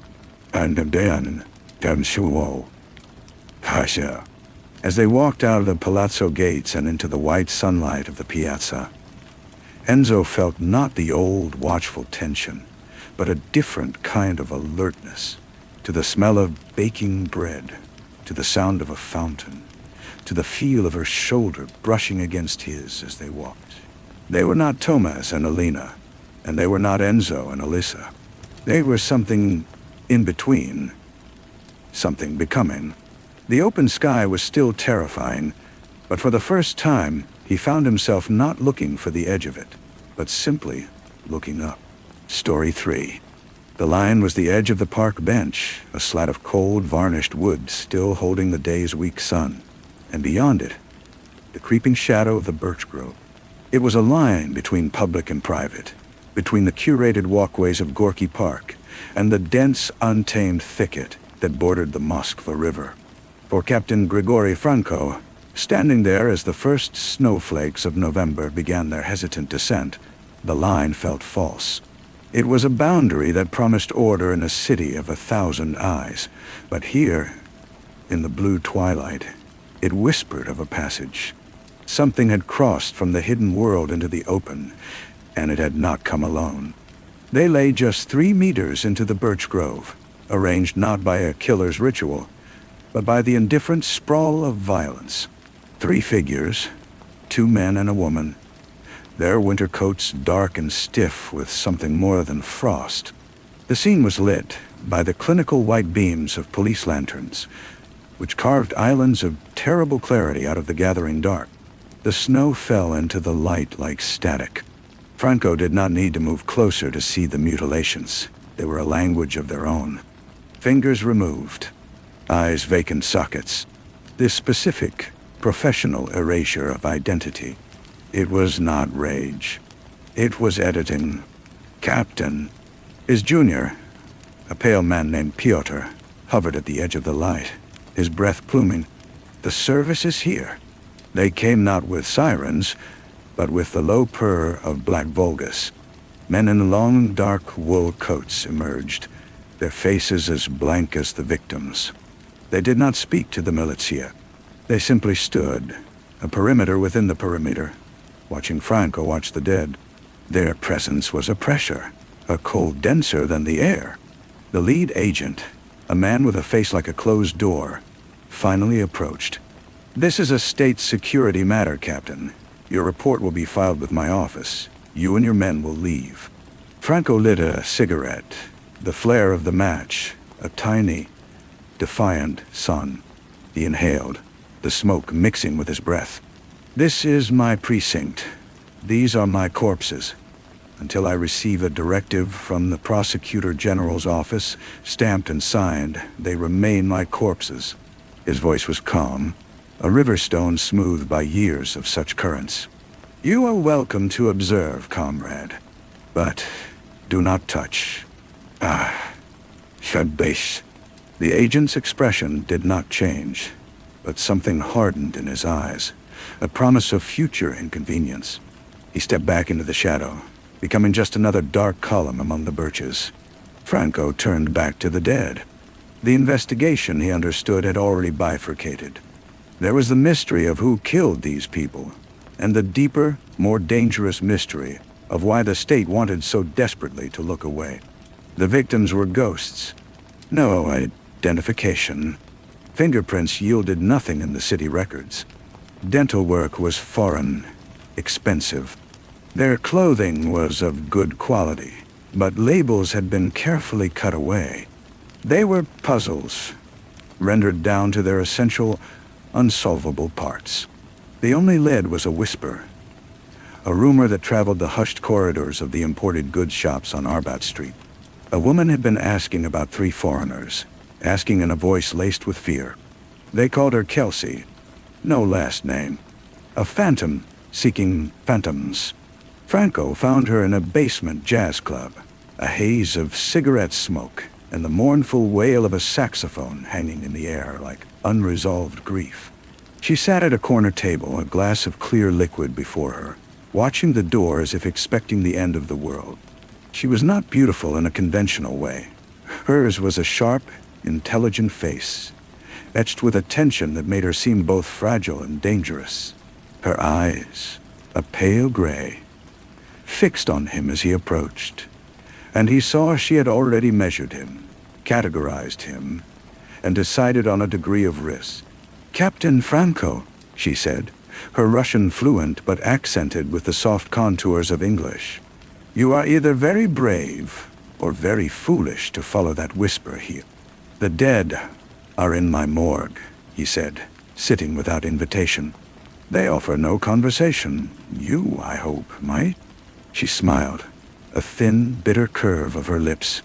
"What did they tell you about me? That you are looking for 3 people. That you are afraid." The saxophone hit a long, trembling note. Kelsey's knuckles were white around her glass. "I was their translator, their guide. They were not spies, Captain. They were auditors, independent, here to trace money. A lot of money." "For whom?" "For anyone who would listen. They believed in transparency." She gave a short, hollow laugh. "A fatal belief here." "Their names," Franco pressed, his voice low, a confidential murmur meant for her alone in the crowded room. She leaned forward, and he caught the scent of her perfume, something foreign and floral, undercut with a sharp tang of fear sweat. "Do you think names matter now? They are the people in your morgue. That is all they are permitted to be." Her gaze flickered over his shoulder. "You are being watched, even here, especially here." He knew she was right. The sense of eyes was a constant pressure, a Moscow weather. The money, where did it lead?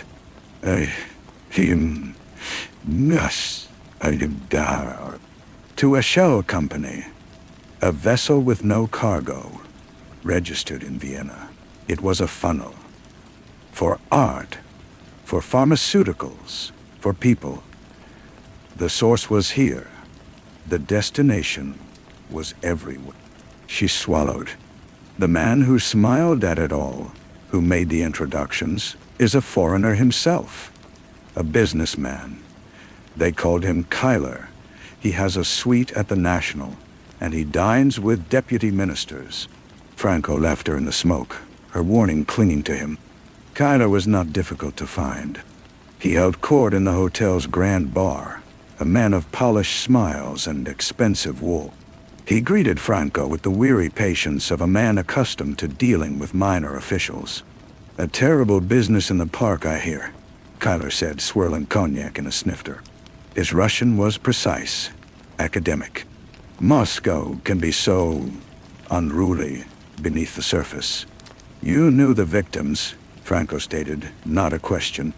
"I meet many people in my line of work, Captain. Facilitation. Building bridges between East and West. It is possible our paths crossed. I cannot recall. Their work on financial transparency bothered you." Kyler's smile never wavered, but his eyes cooled, like windows frosting over. Transparency is a relative term. What one culture sees as clarity, another sees as aggression. Their work was naive, a child pointing a finger at a complex machine. Dangerous for the child. The threat was velvet-wrapped, but it was a stone in Franco's gut. As he left, he saw one of the dark-coated men from the park seated at the far end of the bar, nursing a drink, a silent sentinel. The directive came the next morning, delivered by a grim-faced courier. It was signed by Deputy Minister Connor, a name synonymous with the pragmatic, ruthless wing of the state apparatus. The case was to be classified, all findings handed over to the Committee for State Security, and Franco was reassigned to a review of petty thefts in the outer districts. It was not just a closed door. It was a wall. Franco sat in his sparse office, the document before him. The snow falling steadily past his window, burying the city under a blanket of silent white. He thought of the bodies on the cold ground, their stolen identities. He thought of Kelsey's frightened gray eyes. He thought of Kyler's polished, untouchable smile. The machine was closing its housing, sealing the gears from view. To proceed was career suicide. It was possibly life suicide. He went to the morgue. The attendant, an old man who had seen too many secrets laid out on stainless steel, nodded silently, and pulled the sheet back from the woman's face. In the relentless fluorescent light, the violence was stark, a brutal text. But Franco was not looking at the wounds. He was looking at her hand, curled slightly. A trace of something, a faint blue smudge, under the nail of her index finger. Not dirt. Ink. No. He carefully lifted the hand. It was the fragment of a logo, torn from a piece of paper she must have clutched in her final moments. A partial crest, a stylized letter, intertwined with what looked like a chemical retort. He knew that logo. It was the mark of the Morozov Institute, a high-security, state-run facility on the city's outskirts, nominally for agricultural research. A place no auditor should ever have cause to visit. That night, he went to Kelsey's small flat. He told her of the transfer order, of the wall he had hit. She listened, her face pale in the dim light of a single lamp. "So it ends," she said, her voice flat. "No," Franco said. He showed her the photograph of the ink smudge. "It changes. They want it buried in paperwork and silence. I want to see the grave." He saw the conflict in her eyes, the war between survival and a desperate need for witness. "The Institute is a fortress. You will never get in. I'm still a captain of militia. I have a badge and a story about a stolen vehicle trace. It will get me through the first gate. And then we see what they are so eager to hide." The drive was long, through a snow-swept industrial wilderness. The Morozov Institute rose from the plain like a concrete abscess, surrounded by wire fences and guard towers. His badge did, as predicted, get him through the outer checkpoint with only suspicious glances. The inner gate was different. The guards here wore different uniforms, and their eyes held no curiosity, only a cold assessment. They made a call. Franco waited in his car, the engine idling, the snow collecting on the windshield. He felt the trap around him, the sheer, silent weight of the state. The man who came to the gate was Deputy Minister Connor himself. He wore a heavy black coat, unbuttoned, and his face was a mask of displeasure. "Captain Franco, your persistence is noted, and regrettable. I am following evidence, Comrade Minister. It led here. Evidence is what we say it is," Connor said softly, stepping closer. The guards had moved to flank Franco's car. "You have been told the matter is closed. You are now in violation of a direct order. You are not an investigator here. You are a trespasser." Franco looked past him, into the complex. He saw a loading dock and a van with its rear doors open. Men in lab coats were shifting crates. One crate had slipped, cracked open on the ground. It was not agricultural equipment that spilled out. It was small, canvas-wrapped rectangles, paintings, and beside them, plastic-wrapped pallets of pharmaceuticals. And a different, smaller crate from which peered the terrified face of a young woman before a guard slammed the lid shut. The funnel, the destination. The state itself was the trafficker. The auditors had not just found corruption. They had found the engine of it. A state-sanctioned pipeline trading in secrets, stolen art, drugs, and souls. Their mutilations were not just to hide their identity, but to serve as a warning to anyone else who might look too closely. "You see nothing," Connor said, following his gaze. His voice was hypnotic in its certainty. "You are ill, Captain. The stress of your work. You are seeing phantoms. You need to rest. For a long time." The guards opened his car door. The cold rushed in. There was no dramatic struggle, no gunfire. There was only the implacable pressure of their hands on his arms, the professional efficiency as they led him not to a cell, but to a different, unmarked car. Connor's face was the last thing he saw, a study in cold finality. "The case is over, Franco. Let it go." They did not take him to Lubyanka. They took him to a sanatorium in the pine forests beyond the city, a quiet place with soft walls and locked windows. The doctors were kind, their voices soothing. They spoke of exhaustion, of paranoid delusions brought on by overwork. They showed him newspapers that made no mention of bodies in Gorky Park. They gave him pills that made the world soft at the edges. His mind began to drift. He's in Gorky Park, but it is summer. The leaves, a vibrant green. The line of the bench is warm under his palm. Kelsey is there, walking toward him, but she never gets closer. He tries to call out, but his voice is smoke. The faces of the dead float in the dappled light, their features smooth and whole, then blurring, dissolving into the pattern of falling snow on a windowpane. Connor's voice is a distant hum, a radio left on in another room, talking of production quotas and patriotic duty. Kyler's smile is a crack in the sky. He sits by a window, in a sun-drenched common room. An orderly asks him what he is thinking about. Franco looks out at the pristine snow, at the unbroken line of the forest against the gray sky. He tries to grasp the thread, the cold case, the ink under the nail, the woman in the crate. But it is all fragments, a dream receding upon waking. The urgency is a forgotten melody. The mystery is a shapeless stone in a river, worn smooth by a current he can no longer name. He remembers a bench, a line between light and shadow. He remembers a sense of a passage, something terrible crossing over. But from where? To where? The details blur, the boundaries dissolve. He feels a vague, formless sadness, a ghost of outrage, but it has no target.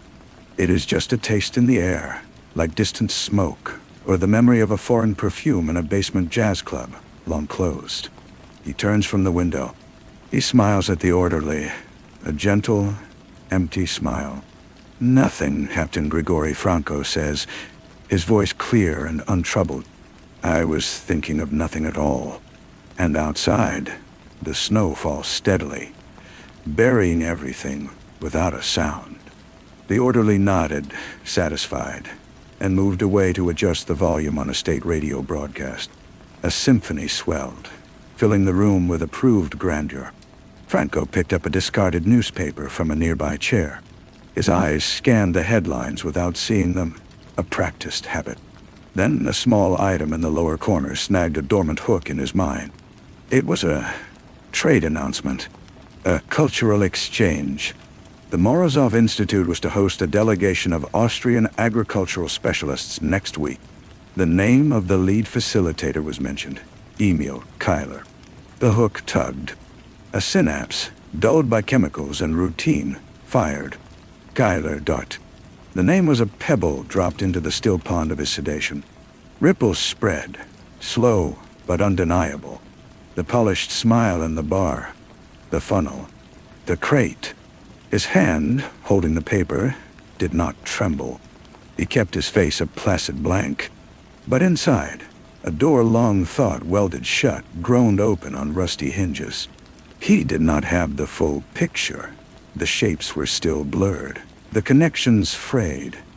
But he had a single solid point. The lie was ongoing. The machine was still running, and they thought he was a broken part, safely discarded. He became a model patient. He took his pills, and when the nurse turned her back, he slipped them into the pot of a dusty rubber plant by his bed. He engaged in bland conversation with the doctors, reinforcing their narrative of his recovery, his grateful acceptance of a quieter life. He took walks along the prescribed paths in the snow, noting the fences, the routines of the orderlies, the single guard who always smoked by the gate at 3:15. He needed a message to get out. But to whom?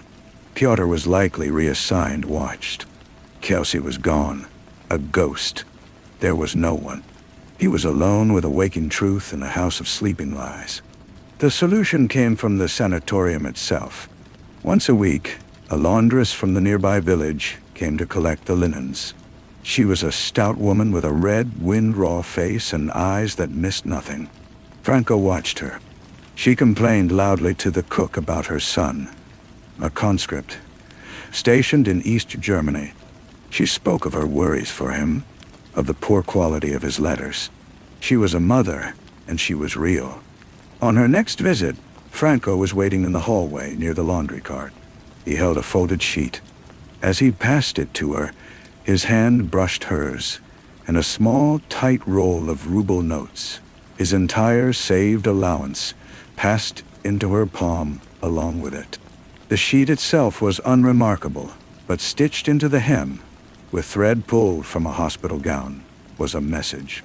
It contained only 3 things: the name Keiler, the name Morozov Institute, and the date of the Austrian delegation's visit.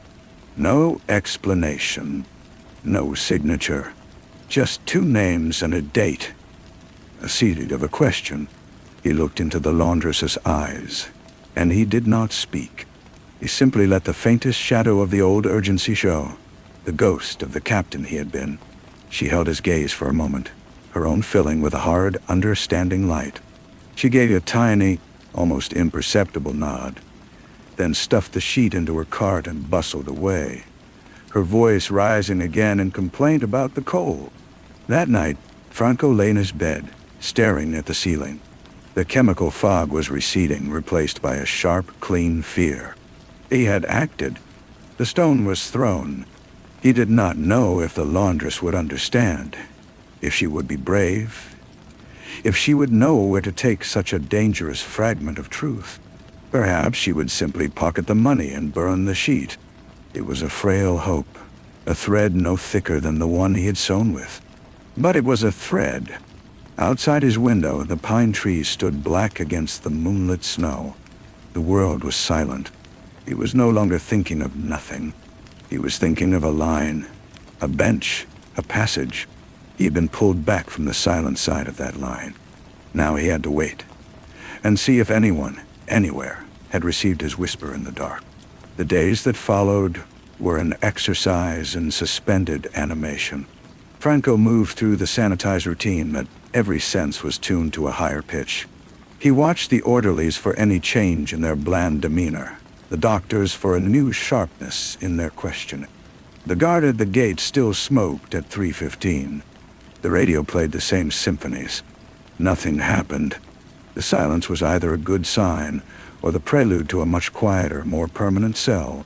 On the morning of the delegation's visit, the tension was a live wire in his chest. He stood at the common room window, pretending to watch the birds at a feeder. The snow had turned to a gray, icy slush. At 10 o'clock, a black Chaika sedan glided up the main road and turned, not towards the sanatorium, but onto the smaller, better-plowed lane that led deeper into the forest, towards the institute. Franco's breath fogged the glass. The machine was in motion. He was called for an unscheduled session with Dr. Leningradsky that afternoon. The doctor's office was warm, smelling of old books and antiseptic. "You seem agitated today, Grigory," Leningradsky said, his pen poised over a notepad. "A poor night's sleep," Franco said, forcing a smile. "Perhaps the change in the weather. Perhaps..." Leningradsky leaned back, his eyes kind and penetrating.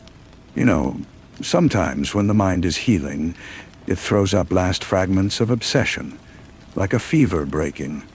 A final purge of unhealthy thoughts. Have you experienced anything like that? Any lingering fixations?" The question was a trap, baited with concern. Franco met his gaze. "No, doctor. Everything seems distant, like a story I read once, and barely remember." Leningradsky held his look for a long moment, then smiled. "Good. That is very good." He made a note. The session ended. As Franco walked back to his room, he knew. The laundress had talked, or she had been caught. They were probing, testing the integrity of his silence. His message had entered the system, and the system was reacting. He was now on borrowed time. He began to plan his disappearance. It was not an escape from the sanatorium, that was possible, but led only to the frozen woods and a swift recapture. He had to disappear inside his own narrative. He had to become utterly and completely the broken man they wanted him to be. He started leaving little things undone. A button misfastened, a shoelace trailing. He would pause in the middle of a sentence, as if the thought had evaporated. He asked the orderly with sincere confusion if it was Tuesday or Wednesday. He let the vague, gentle smile settle permanently on his face, even when alone. He was erasing the sharp edges of Captain Franco, sanding himself down to a harmless, forgettable shape. A week after the delegation, a new patient arrived. A man with nervous eyes and hands that shook. He was put in the room next to Franco's. His name was Eerie. He claimed to have been a radio operator. He talked too much, asked too many questions about Franco's past, about why he was really here. It was clumsy, an obvious plant. Franco played his part perfectly. He listened to Yuri's paranoid ramblings about coded messages with a look of polite, distant concern. He offered Yuri a spare cigarette. He spoke only of the sanatorium's food, the view from the walks, the improving weather. He was a blank wall. After 3 days, Yuri was gone, transferred suddenly. The pressure eased. The surveillance, Franco sensed, had shifted from active to passive. He was a closed file, left on a shelf. The thread he had thrown into the dark had seemingly snapped. He had to believe that to survive. Then, on a day of thaw, when the dripping from the eaves was a constant percussion, a different car arrived. It was a boxy, mud-spattered jiggly, the kind used by low-level functionaries. A man in a cheap, ill-fitting suit got out. He was not a doctor. He carried a clipboard and had the weary air of a municipal inspector. He was shown to the administration building. An hour later, Franco was summoned. The man sat in a spare office, a cup of cold tea before him. His identification, when flashed, was from the city sanitation bureau. Routine inspection of water lines, he mumbled. He asked Franco a series of inane questions about the taste of the water, the frequency of hot supply. Franco answered dully, his mind elsewhere. As the man stood to leave, he fumbled with his clipboard. A sheet of paper slipped free and fluttered to the floor near Franco's feet. Franco bent to pick it up. It was not a sanitation form. It was a page from a logistics manifest. At the top was the letterhead of the National Hotel. Listed among items for a sweets wet bar were 2 bottles of Stoli, a bottle of scotch, and a request for extra towels for the balcony. Scrawled in pencil in the margin, in a tight, unfamiliar hand, were 3 words: balcony access possible. Franco's heart hammered against his ribs. He handed the paper back, his face a mask of indifference. The inspector's eyes met his for a fraction of a second, a flash of clear, sharp intelligence that belied his shabby disguise. And then he was gone, mumbling about corroded pipes. The message was not a summons to action. It was a gift, a piece of the world. It told him that Kyler was still at the National, that someone was watching him, that someone had received his thread and was following it. He was not alone in the silence. That night, for the first time since his arrival, Franco did not dream of the park or the falling snow. He dreamed of a balcony high above the city and the cold, clean air of a truth not yet buried. He was still in his cage, but the lock had just been shown to him from the outside. All he had to do was wait and continue to be nothing until the moment he was needed to be something again. The case was not over. It had simply gone underground, and he was now part of its hidden architecture. The thaw turned back to a hard freeze, glazing the world in a brittle shell. Franco's performance deepened. He developed a slight, meaningless tremor in his left hand.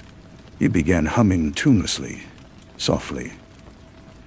As he shuffled along the corridors, he was a ghost haunting the machine they had made for him. A ghost they were happy to ignore. He waited for another sign. None came. The days bled into weeks. The thread, it seemed, had been for him alone, a sustenance, not a signal. He fed on it, on the knowledge that Kyler was under a watchful eye not owned by the state. It kept the cold from settling into his bones. Then, in early March, a different kind of fracture appeared. A new doctor arrived for a rotation, a young, earnest woman named Irina. She was not like the others. Her kindness lacked the patina of control. It was frayed at the edges with a genuine, weary compassion. During their first session, she did not take notes. She simply listened as he spoke his rehearsed banalities about the peace of the forest. "You don't have to do that with me, Captain," she said quietly, near the end of the hour. The title, unused for so long, struck him like a physical blow. He kept his vague smile. "I am sorry, Doctor. I do not understand." She leaned forward, her voice a near whisper. "My brother was a journalist in Leningrad. He wrote about warehouse fires. He was brought here for exhaustion in 1979. He wrote me a letter about the birds at the feeder. He described a goldfinch. We do not have goldfinches here in winter. It was our code from when we were children, a sign that he was locked." She held Franco's gaze. He never came home. Franco felt the careful scaffolding of his act tremble. He said nothing. "I am not asking you for your truth," Irina said, sitting back. "I am telling you I can see its shadow. I cannot get you out, but I can adjust the dosage. Clarity can be a medicine too, if one knows how to bear it. No, it was a risk of a different color. A humane impulse in an inhumane system. It could be a trick, a more sophisticated probe. But he saw the grief in her, raw and unmanaged. He gave a slow, almost imperceptible nod. The next day, the pills from her hand were different. The chemical fog, which had become a familiar blanket, began to thin. The world regained its edges, its smells, its painful sharpness. With clarity came a torrent of fear, but also a solidified purpose. He used the fear, channeled it into the meticulous maintenance of his shell. Inside, he was planning. He learned from Irina, in her careful non-questions, that the sanatorium's director would be attending a regional medical conference in Moscow for 3 days at the month's end. Security would be slightly relaxed. Routine shifted. The balcony access message had specified no time, no plan. It was simply a fact. A tool left for him. He had to get to Moscow. He had to get to the National Hotel. The director left on a Tuesday. On Wednesday, during the afternoon walk, Franco's rehearsed stumble sent him sprawling into a deep, ice-crusted drift at the edge of the path. He lay still, letting the cold seep into his clothes. The orderly hauled him up, cursing. By evening, Franco was shivering violently, his skin hot to the touch. A convincing fever, born of genuine exposure. He was moved to the infirmary wing, a quieter place with a night nurse who dozed at her desk. The window here was older, its latch corroded. Outside was a service yard, a dumpster, a high fence, and beyond that, the endless forest. The fever broke in the deep night, leaving him weak but lucid. The silence was absolute. He dressed in his own clothes, hanging thin on his frame. The window latch, as he had hoped from earlier observation, gave way with a muffled crack that sounded like a gunshot in his ears. He froze, listening. Only the nurse's soft snore. He dropped into the frozen yard, his ankles screaming at the impact. The fence was chain link, topped with barbed wire. He used the dumpster to climb, his hands tearing on the icy metal. The barbed wire caught his coat, held him for a heart-stopping second, then ripped free. He fell into the snow on the other side. He was out. He was in the forest, in the dark, with no coat, no food, and the temperature plunging. The sanatorium's lights glowed behind him. Ahead, only the black pillars of the pines. He oriented himself by the distant, faint glow on the horizon. Moscow. He began to walk, the snow soaking his shoes, the cold a knife in his lungs. He was no longer nothing. He was a man walking out of a forest of lies toward a balcony in the city, carrying only 2 names and a date, and the desperate hope that someone would be waiting. The forest was a cathedral of silence and shadow. Every crunch of his feet in the snow seemed deafening. He moved, not with the trained stealth of an operative, but with the desperate, stumbling haste of a hunted animal. The cold was an immediate existential threat. It leached the heat from his core with every breath, numbing his fingers and toes, making his thoughts thick and slow. He focused on the glow, a sickly yellow smear in the sky. Moscow, the National, the balcony. He walked for hours, or what felt like hours. Time lost meaning in the monotony of pain and cold. He found a road, a narrow ribbon of packed ice, and followed it at a distance, keeping within the tree line. The first hint of dawn was a gray smear in the east when he heard the engine. A truck, old and rattling, approaching from behind. He crouched in the ditch, snow soaking through his trousers as it passed. It was a farm truck, piled with empty crates. Without thinking, acting on pure instinct, he broke from the cover and ran, his legs leaden, towards the receding vehicle. He grabbed the tailgate, the metal burning his skin, and hauled himself up and over, collapsing among the wooden slats. The driver, a shapeless mass in the cab, did not slow. The truck carried him towards the spreading glow. It joined other traffic on a larger road. Franco lay amidst the crates, shivering uncontrollably, watching the skeletal shapes of apartment blocks rise against the lightening sky. He was a ghost returning to the city of the living. The truck turned into a market district, slowing. Franco rolled out before it stopped, hitting the ground hard and scrambling into an alley. He was in the city now. The cold was sharper here, edged with exhaust and coal smoke. People were beginning to appear, hunched and hurried. He needed different clothes, a coat. He had no money, no resources but his own desperation. He found a service entrance behind a bakery, where a worker in a stained apron was smoking. The man eyed him with suspicion. Franco didn't speak. He simply took off his wristwatch, a cheap Soviet-made thing, the last item of any value he possessed. He held it out. The worker stared, then shrugged, took the watch, and jerked his head towards a pile of discarded sacks near a dumpster. Among them was a worn, grease-stained worker's jacket. It smelled of yeast and old sweat. It was salvation. Shrugging into the thin jacket, he merged with the early morning flow of laborers. He knew the city, its arteries and veins. He moved with purpose now, head down, avoiding the main thoroughfares. The National Hotel loomed on his mental map, a fortress of privilege and secrets. He reached the square by mid-morning. The hotel stood imposingly, its facade grand and cold. He positioned himself on a bench in a small icy park across the way, pretending to be a laborer resting. He watched the entrance, the doormen, the occasional official car. His eyes scanned the rows of balconies. Which one? The message had not said. He waited. The cold seeped through the thin jacket. His hunger was a sharp ache. He watched as a black Volga pulled up, and a man in a good wool coat got out. It was not Kyler. The hours bled past.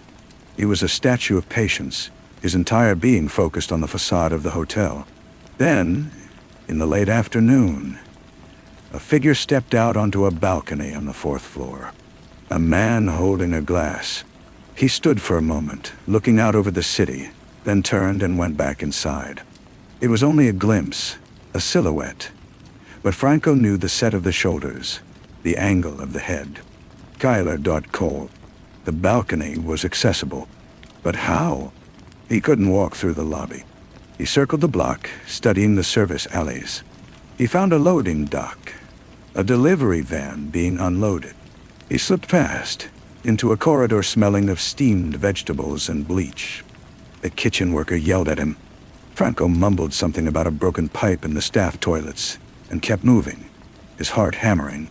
He found a service stairwell and began to climb. On the 4th floor, he pushed the door open a crack. The corridor was empty, plushly carpeted, silent.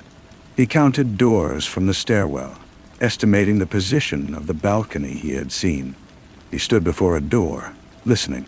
No sound from within. This was the moment of no return. He had no weapon, no plan beyond this. He was operating on a thread of hope and a fragment of information. He raised his hand and knocked. 3 sharp raps. A moment passed. Then the door opened. It was not Kyler. It was a woman, middle-aged, with intelligent eyes and a cautious expression.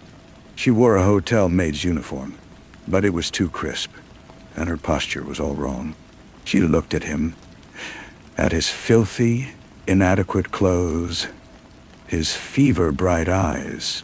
She did not speak. She simply stepped back and held the door open. Franco walked into the suite. It was warm, opulent. Sitting in an armchair by the window, a glass of amber liquid in his hand, was the man from the sanitation bureau. He looked at Franco, and a slow, grim smile touched his lips. "Captain Franco," he said, "we wondered if you would make it. The balcony door is open if you'd like some air. You look like you could use it." Franco walked to the open balcony door, the cold air washing over him. He looked down at the square, at the tiny people moving like ants. He was not safe. He was in another kind of trap, perhaps, but he was out of the forest. He had reached the balcony. He turned back to the room. "Kyler," he said, his voice a dry rasp. The man in the chair nodded. "He has a meeting at the Ministry of Trade in 1 hour. He will be taking his car. We have a man in the garage. The funnel, Captain, is still in place. We just needed the right piece to complete the circuit again. It seems you are that piece. Are you ready to remember everything?" Franco looked from the man to the woman, then back to the city. The silence of the snow was gone, replaced by the hum of the machine. He was back inside it.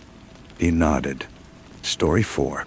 The memory surfaced, not as a memory should in a coherent stream of time and place, but as a single stark image, the glint of a silver cigarette case, monogrammed with a script EB, tumbling end over end through the air against a backdrop of pristine snow. Keegan blinked, the plush velvet of his armchair in the observation car coming back into focus, the endless white landscape of the Rockies scrolling past the window. He did not smoke. He had never owned such a case. The clarity of the image was unnerving, a piece of a dream lodged in his waking mind with the sharpness of a splinter.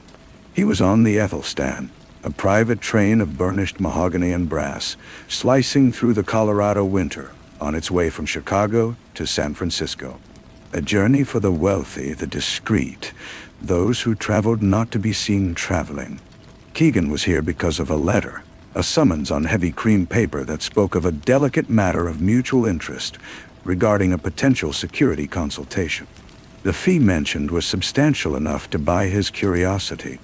Now, trapped in this gilded capsule with a dozen strangers, the false memory felt like a warning. The snow began softly, a gentle veiling of the dark pines. Then the wind picked up, a mournful howl in the mountain passes, and the white curtain thickened to a blinding, relentless wall.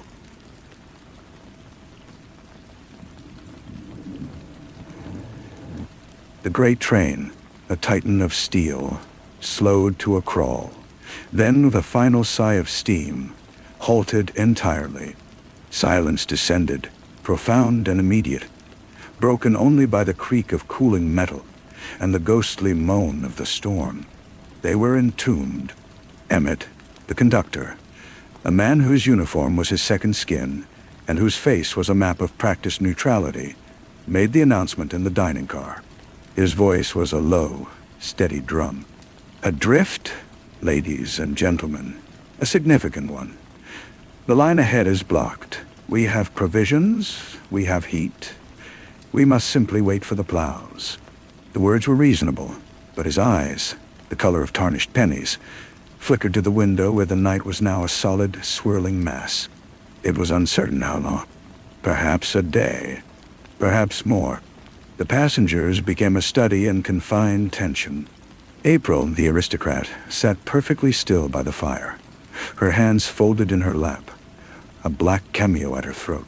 She looked not at the storm, but into the flames, as if reading a tragic story in the coals. Brandon, the retired soldier, stood ramrod straight at the bar, his gaze perpetually scanning the room, assessing exits, measuring threats in a world that offered only the threat of boredom. Becky, the actress, laughed a little too brightly, her voice a melodic instrument she tuned for an audience of one. Then another, never quite settling. Dr. Lance observed them all with a clinician's detached interest, sipping his brandy. Antonio, the waiter, moved with a silent, ghostly efficiency, his eyes downcast. And in the corner, speaking in low tones to a man whose back was to the room, was Bryson. He was a large man, his wealth evident in the cut of his jacket and the heavy gold ring on his finger, but there was a fluid ambiguity to him, a sense that his solidity was a performance. Keegan watched him, and the image of the falling cigarette case flickered again. The first night passed in a cocoon of unease. The second day was a long, featureless stretch of murmured conversations and the clink of china. The storm did not abate. It was on the morning of the third day that Antonio, his face the color of chalk, found Emmett. His voice was a whisper that carried the length of the silent corridor. "Mr. Bryson, sir." He does not answer. The door is locked from the inside. They broke in with a master key and a shoulder from Brandon. The scene within cabin 3 was a still life of violent contradiction. Bryson lay on his bed, fully dressed, a crystal glass upright on the nightstand.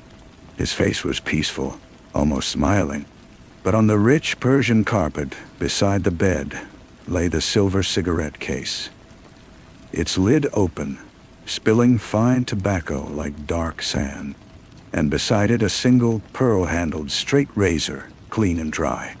Dr. Lance performed his examination in the hushed cabin, the only sound the relentless hiss of snow against the window. He straightened up, his expression unreadable. No visible wounds, no signs of a struggle. It appears to be a cardiac event, perhaps a sudden arrhythmia. He paused, his eyes on the razor. A curious thing to leave out, however. "It is not his," said Isabel, the housekeeper. She stood in the doorway, her hands clutching her apron. She was a woman of quiet corners and observed details. Mr. Bryson smoked cigars. He despised cigarettes, and he used a safety razor.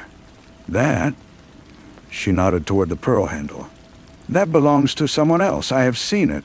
A collective breath seemed to be held.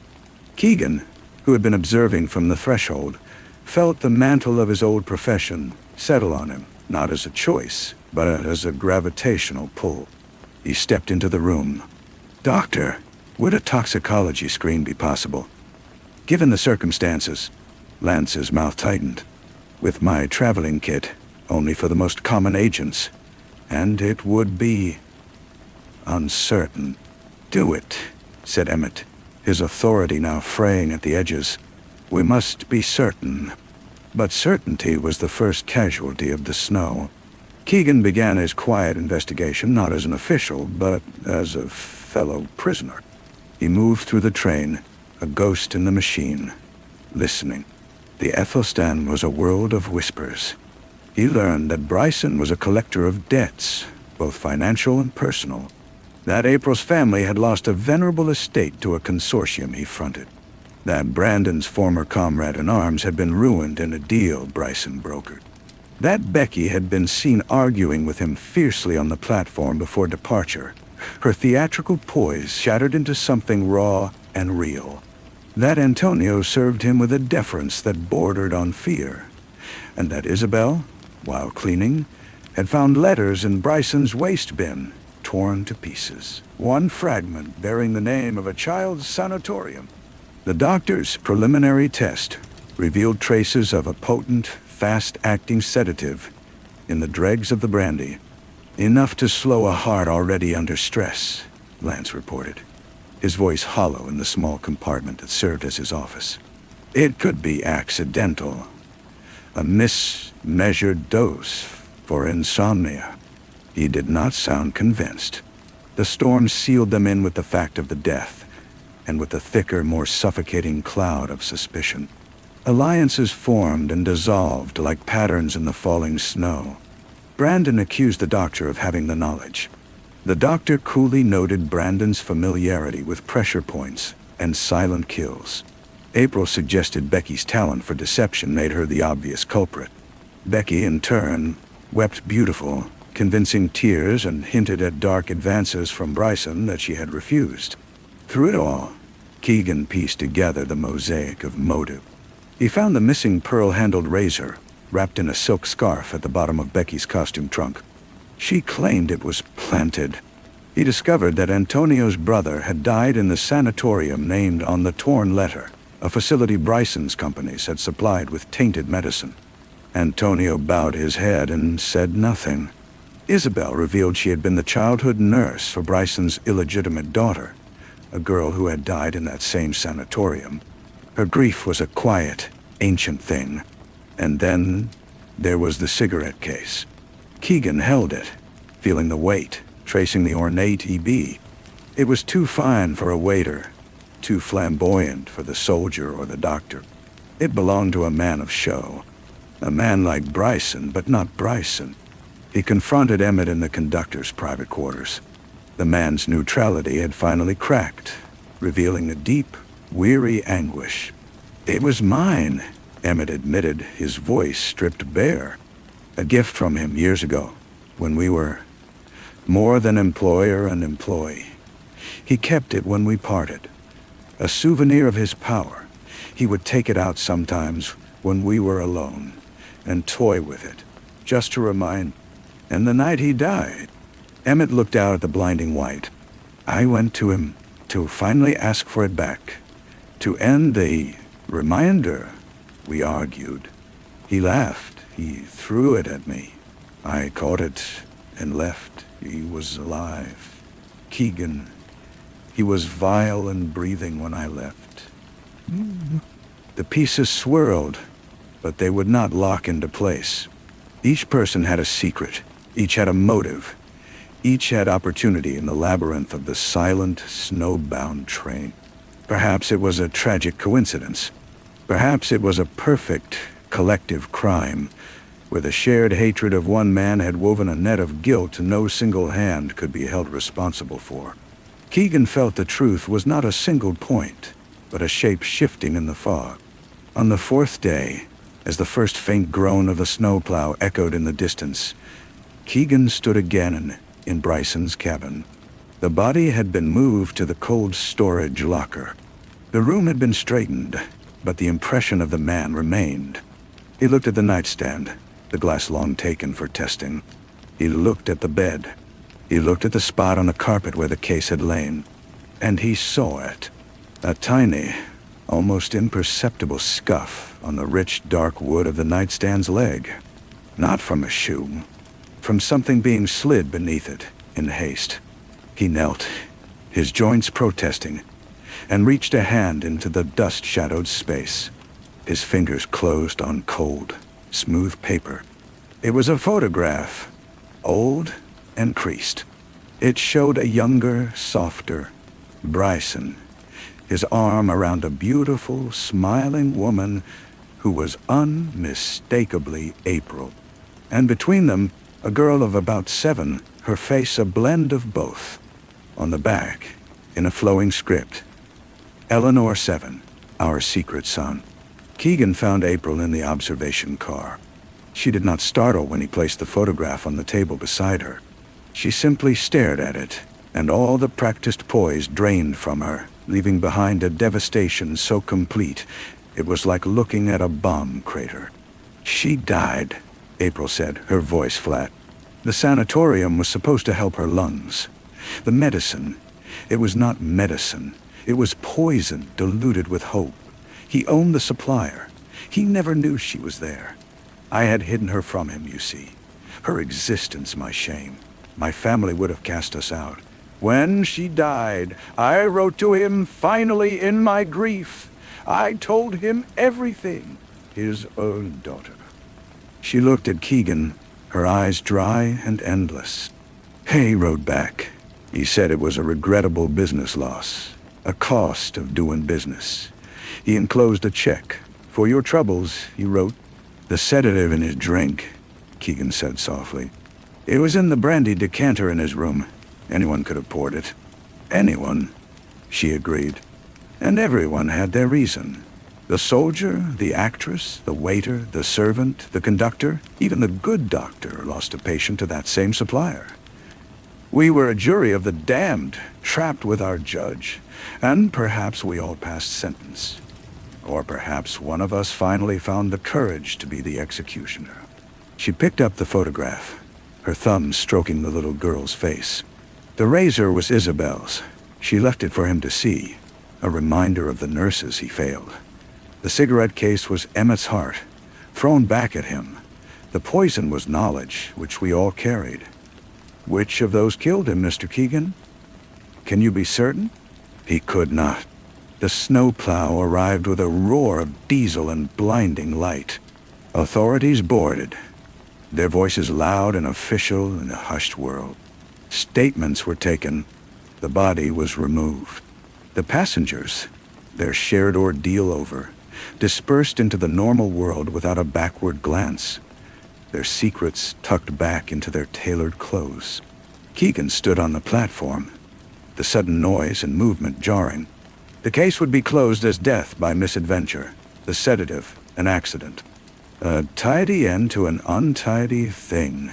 He reached into his pocket for his train ticket, and his fingers brushed against a cold, hard object. He drew it out. The silver cigarette case glinted in the weak winter sun. He must have picked it up from the evidence table without thinking. A final, unanswered clue. He flipped it open. Inside, nestled in the velvet, was not tobacco, but a single dried forget-me-not.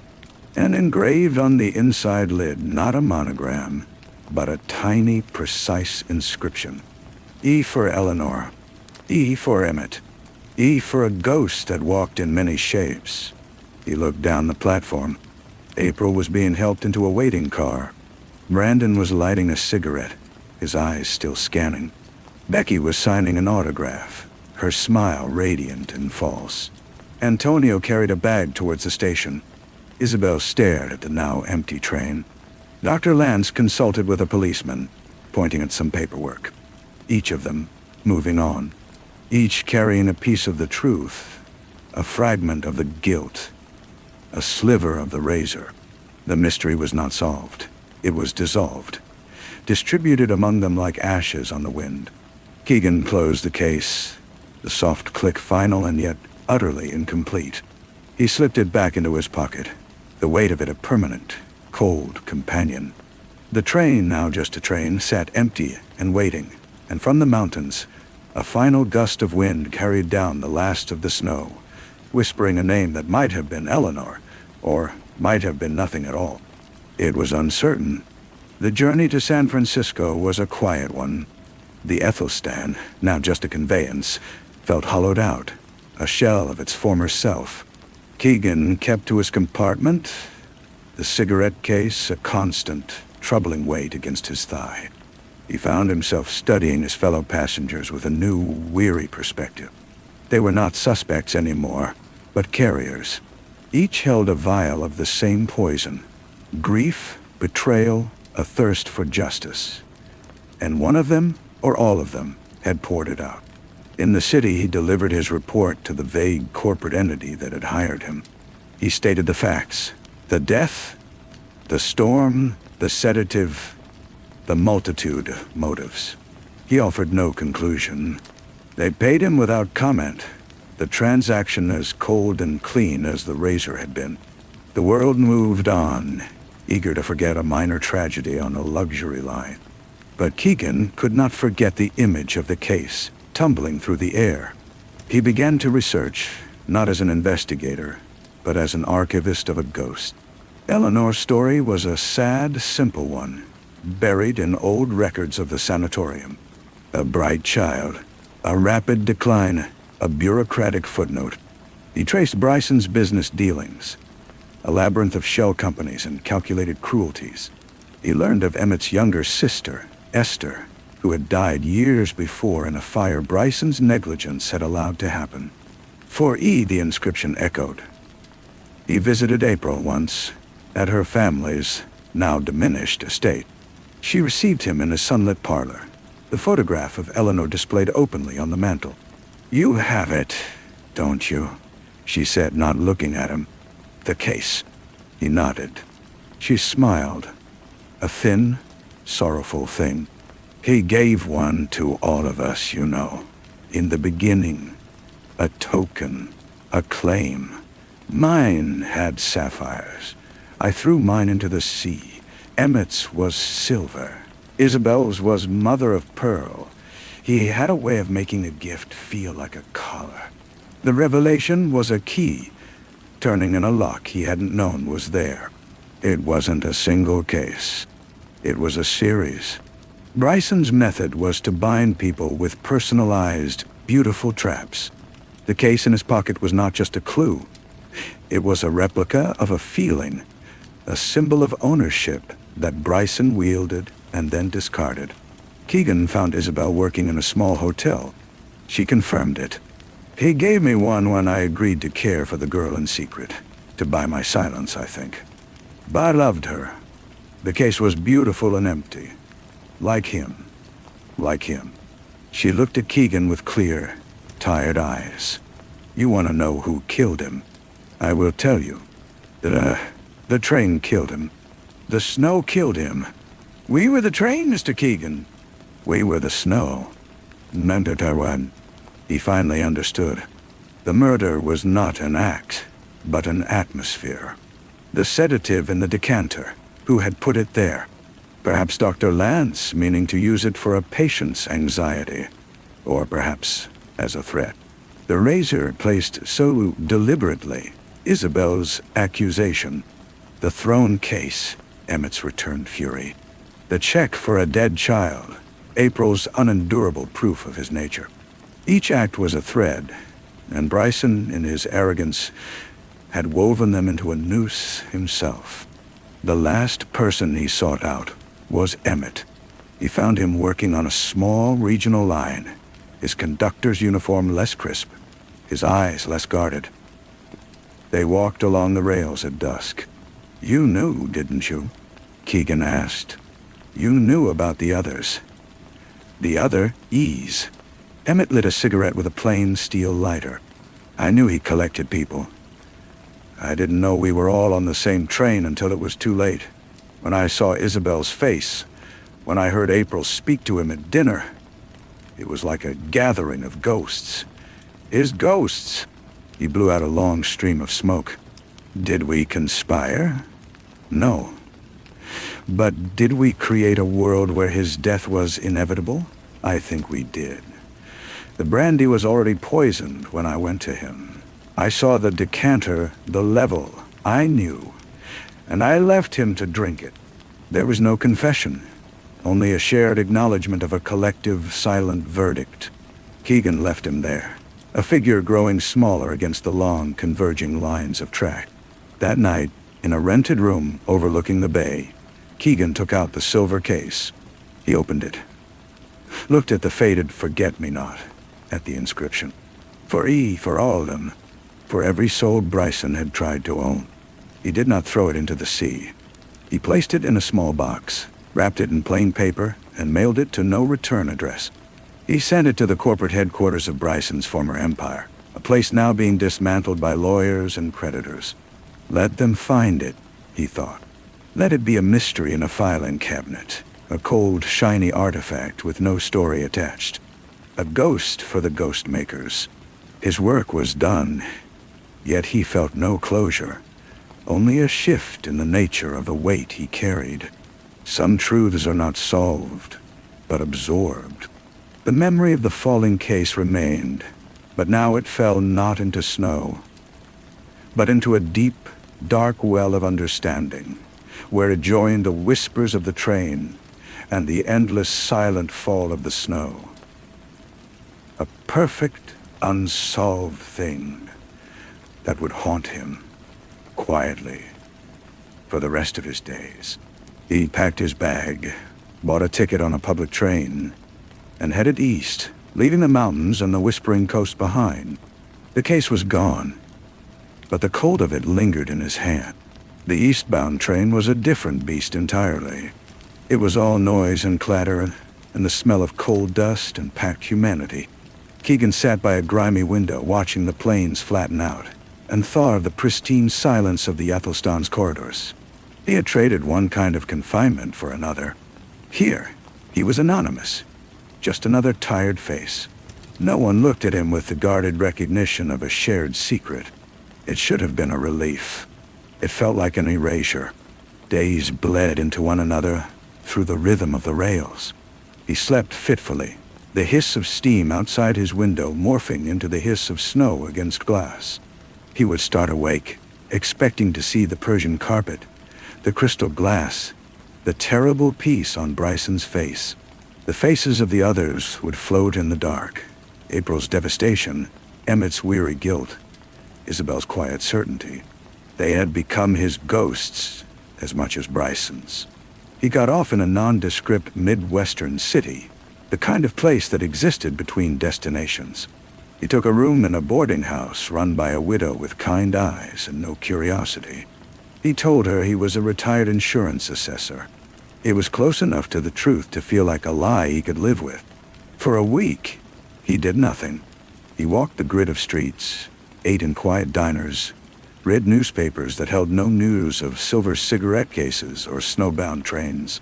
He was waiting for the feeling to fade, the gravitational pull of that unsolved thing to lessen. It did not. It solidified. It was the forget-me-not that haunted him most. A dried flower, not tobacco. A sentimental gesture inside a vessel of control. Who had put it there? Was it a final message from Bryson himself? A twisted memorial for a daughter he never acknowledged? Or was it placed later by one of them? A signal. A memorial. A piece of stage dressing for the performance of his death. April had thrown hers away. Isabel's was mother of pearl. Emmett's was the one he had retrieved. So whose gesture was the flower? The question was a tiny, persistent hook in his mind. He realized he had accepted the collective verdict too easily, had been swayed by the poetry of a shared crime. But murder was not poetry. It was a specific, physical act. Someone had physically poured the sedative into the decanter. Someone had physically placed the razor on the carpet. The collective atmosphere may have condemned Bryson, but a single hand had executed the sentence. He began to write it all down, not in a report, but in a cheap notebook. He drew the layout of the cabin. He listed the timeline as best he could reconstruct it. He wrote the names and their connections to A. Eleanor, ... Esther, ... Emmett, ... He stared at the list. And then, with a chill that had nothing to do with the drafty room, he added another name. Eleanor, Dr. Lance's wife, who had died of a fever years ago.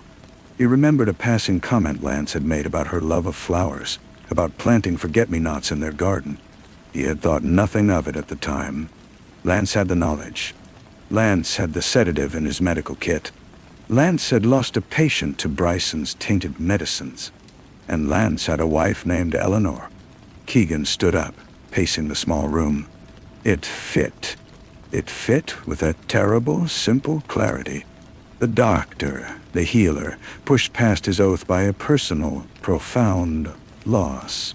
He had the means, the skill, and a motive wrapped in a grief that mirrored April's. The flower in the case was not for Bryson's daughter, but for his own wife. a private dedication on the instrument of his revenge. The others, with their own razors and cases and hatreds, had provided the perfect camouflage, a forest of motives in which a single, decisive tree could hide. He sat down heavily. He had it, the logical, singular truth. He could write to the authorities. He could name the doctor. It would be circumstantial, but it might be enough to reopen the case. But then he saw Isabel's face, clear in his memory. "We were the train, Mr. Keegan. We were the snow." If Lance had done it, he had done it knowing the others would be suspect. He had used their pain as his shield. To expose him now would be to drag all that pain into the harsh light of a courtroom, to dissect their private tragedies for a public that would only see scandal. It would give them a different kind of life sentence. And what would it serve? Bryson was a monster. Lance was, perhaps, a monster slayer. A jury of the damned had passed sentence, and one among them had been the hand of their collective will. Keegan closed the notebook. He walked to the small grate in his room, struck a match, and held the flame to the corner of the pages. He watched as the names blackened and curled. April, Brandon, Becky, Antonio, Isabel, Emmett, Lance. Eleanor, Esther, Eleanor. The fire consumed the connections, the timelines, the diagrams. It did not consume the truth, which now lived inside him, a dark and settled knowledge. He had come east to escape the cold of the mountains, but he realized now that the cold was not in the place. It was in the understanding. Some truths are glaciers, moving slowly, carving landscapes of the soul, and their cold is permanent. He would stay in this anonymous city. He would be the retired insurance assessor. He would walk his quiet routes, and in the stillness of his room, he would sometimes feel the weight of a silver case in his pocket that was no longer there, and hear the whisper of a name. Eleanor, Esther, Eleanor. A single sorrowful note lost in the wind of a world that kept moving, untroubled and unknown. The widow, Mrs. Connolly, began to leave a cup of tea outside his door each evening. It was a small, silent kindness that felt like an anchor in the quiet drift of his days. He started taking his meals with the other boarders. A traveling salesman, 2 elderly sisters, a quiet man who worked at the printing press. Their conversations were of the weather, the price of eggs, the mayor's new road project. Keegan listened, adding a word here or there, and found a strange solace in the mundane. This was the world, continuing. It was not a train hurtling through a white void, but a slow, steady town where grief was ordinary and private, not weaponized. He took a job at the local library, a dusty, peaceful place run by a man who valued silence above all. Keegan's task was to reshelve returned books.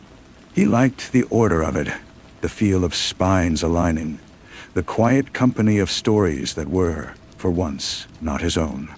He found himself lingering in the gardening section, his fingers tracing illustrations of forget-me-nots. He did not check the books out. One afternoon, a familiar face appeared between the stacks. It was Brandon, the soldier, out of uniform, wearing a worn jacket and a look of deliberate calm. He did not seem surprised to see Keegan. He simply picked up a book on bridge engineering and walked over. "Small world," Brandon said, his voice low. "Or a narrow one," Keegan replied. He kept shelving. Brandon leaned against the stacks. "I heard you left the business." "I retired." A faint smile touched Brandon's lips. "Did you now?" He opened the book, not looking at it. "I'm visiting family. My sister lives here. She never liked him, you know." Bryson said he had dead eyes. She was right. He closed the book with a soft thump. "I checked on them. The others, they're managing. April is using her money to fund a clinic for children with lung ailments. Isabel is training nurses. Emmett is a union man now. Lance," Brandon's gaze grew distant. He took a post at a hospital in a very remote place. Atonement, perhaps, or just a need for distance. Keegan said nothing. He slid a volume of poetry into its place. "I never thanked you," Brandon said abruptly. "For not untangling it all, for letting the snow cover it. There was nothing to thank me for. The case was closed." "Yes." Brandon nodded. He put the engineering book back, choosing the wrong shelf. A small, deliberate act of disorder. "Well, good luck with your retirement, Mr. Keegan." After he left, Keegan went and moved the book to its proper place. His hand was steady. The encounter felt less like an accident and more like a punctuation mark, a final period on a sentence written in the snow. That night he dreamed not of the train, but of the library. He was shelving an endless line of identical silver books, each engraved with a single looping E. When he opened them, the pages were blank, but a dried flower fell from each one, piling up around his ankles, until he was wading through a sea of faded blue. He woke not with a start, but with a slow, deep certainty. The hook was still there, but it no longer caught on the question of who. It caught on the question of why he needed to know. The need itself was the last thread, connecting him to the cold compartment, to the role of the investigator. He had to sever it, not with fire, but with acceptance. The next day was Sunday. He walked to the small train station on the edge of town, not to buy a ticket, but to watch. The eastbound and westbound trains met there for 20 minutes, a daily convergence of lives in transit. He saw families embracing, businessmen looking at their watches, a lone woman staring out a window with an expression he recognized all too well.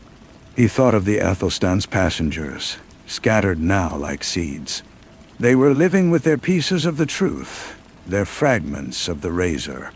They were building clinics and training nurses and fighting for unions. They were, in their way, tending gardens. The poison had been administered. The judge was dead. And the jury was trying, haltingly, to become something else. Something more than the sum of their damages. That was the answer that would never fit in a report. Not who, but what happened after. The mystery was not in the death, but in the living. A whistle blew, sharp and clear. The two trains began to pull away from each other, slowly at first, then with gathering purpose. One east, one west. Keegan watched them go, their shapes shrinking into the vast, flat landscape, until they were just lines of smoke on the horizon. The weight in his pocket was gone. The cold in his hand was just the chill of the afternoon air. He turned and walked back toward the town, toward the library, toward Mrs. Connolly's evening cup of tea. The tracks behind him stretched empty in both directions, clean and parallel and simple, carrying their burdens away into the distance, where they belonged. The town's rhythm became his own. He learned the names of the shopkeepers, the best time to get bread from the bakery, the way the light fell across the library's reading tables in the late afternoon. He was, to all who saw him, a quiet man with a past politely not inquired about. This constructed life was a kind of healing, a deliberate stillness after the violent convergence on the train. Months passed. The winter in the plains was a blunt, wind-scoured thing, nothing like the muffled, deadly white of the mountains. One particularly bitter afternoon, a parcel arrived for him at the boarding house. Mrs. Connolly handed it over with a curious glance. It was a small, sturdy box, wrapped in brown paper, with no return address. The postmark was smudged, unreadable. Familiar dread, cold and precise, settled in his stomach. He took it to his room. He did not open it immediately. He sat with it on a small table, watching the winter light fade on its plain surface. It was the right size. He knew what it was. Finally, with deliberate hands, he untied the string and peeled back the paper. Inside a plain cardboard box nestled in tissue was a cigarette case. Not the silver one. This one was mother of pearl, delicate and shimmering with a faint rainbow sheen. Isabel's. He lifted it. It was lighter than he expected, and it opened with a soft click. Empty. No flower, no inscription. Just the faint, clean scent of soap, and underneath, a whisper of antiseptic. There was no note. None was needed. It was a message, a final token passed in their silent, scattered fellowship. She had kept it all this time, and now she was free of it. She was giving it to him, the archivist of ghosts, the keeper of the unsolved. It was not a burden passed on, he realized. It was a release. She trusted him to understand it was over. He did not mail it away. He placed it in the bottom drawer of his dresser, beneath his socks and folded shirts. A different kind of artifact, a marker, not of a crime, but of its aftermath. A proof that the living continued. Spring came, tentative and muddy. Keegan was in the library, reshelving a cart of travelogues, when a headline in a discarded newspaper caught his eye. It was a society page from a distant city, a brief announcement of a marriage. Miss April Stanton to Mr. Alistair Moore, a botanist. A small photograph showed her face, not smiling broadly, but with a gentle, settled expression he had never seen on her before. She held a bouquet of simple wildflowers. He finished his shift. That evening he walked to the train station again. The eastbound was just pulling in, its windows glowing warmly in the twilight. He stood on the platform, not as a passenger, not as an investigator, but as a man watching a machine that had no claim on him. The doors opened, people spilled out, others hurried to board. Life in transit. As the train began to move, he saw a face in a window.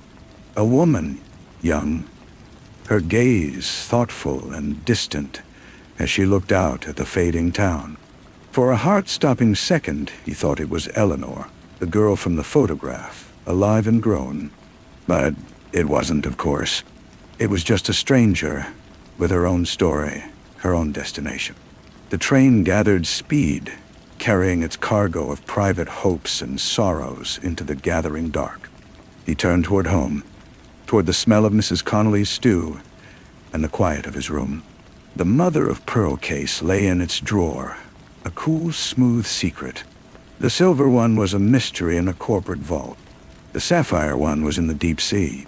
The collective verdict stood, unbroken and unspoken. The snow had melted, here and on the mountains, feeding the slow, patient rivers that moved always toward the sea.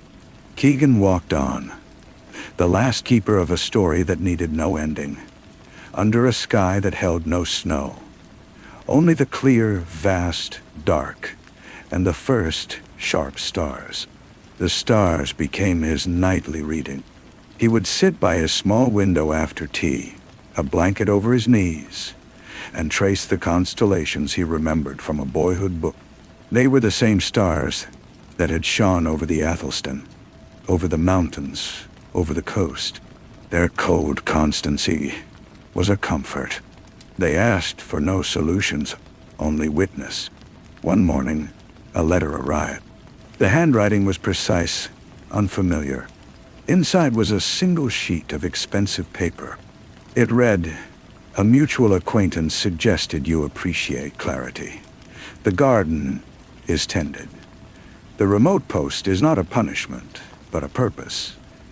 The flowers here are unlike any in cultivation. They are fierce and they survive. No reply is expected or desired." It was unsigned. The postmark was a territory he had to look up on a map in the library.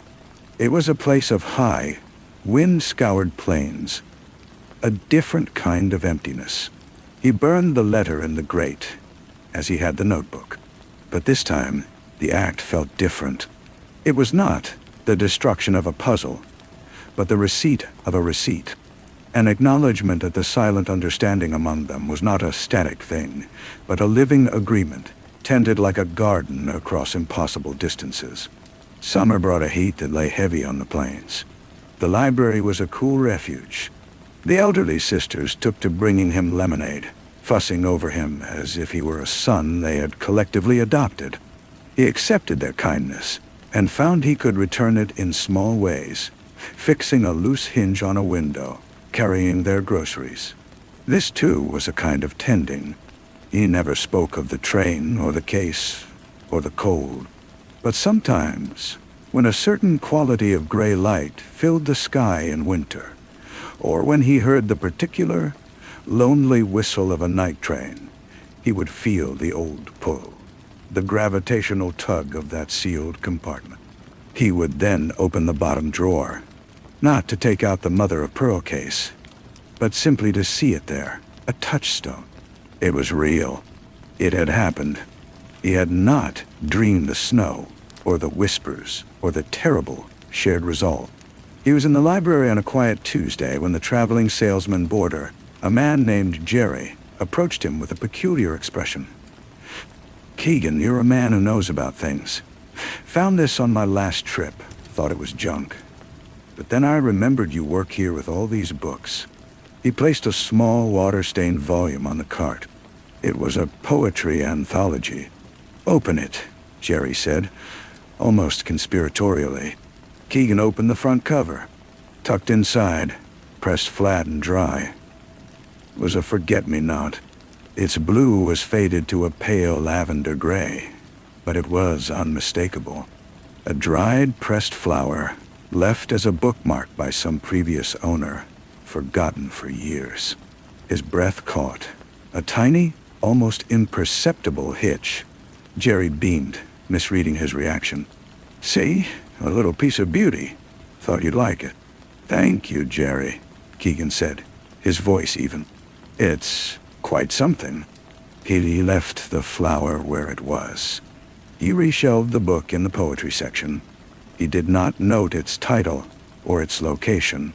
It was part of the library's ecosystem now, a random, anonymous artifact with a private resonance.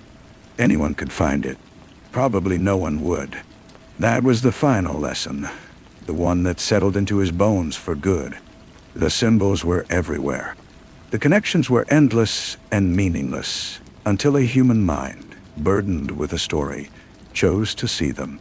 The world was full of forget-me-nots and silver and unsolved things. The mystery was not in the object, but in the eye that beheld it, and the heart that chose what to do with the seeing. He walked home that evening under a vast peach-colored sky. Mrs. Connolly had his tea waiting. The quiet man from the printing press nodded to him from the porch. In his room, the drawer was closed. The trains passed in the distance, their sounds softened by the humid air. Keegan sat by his window, a man who had once solved things by taking them apart, and now understood that some things are only solved by being left whole, by being absorbed into the landscape of a life, where they become not a haunting, but a part of the weather. He sipped his tea and watched the first star appear.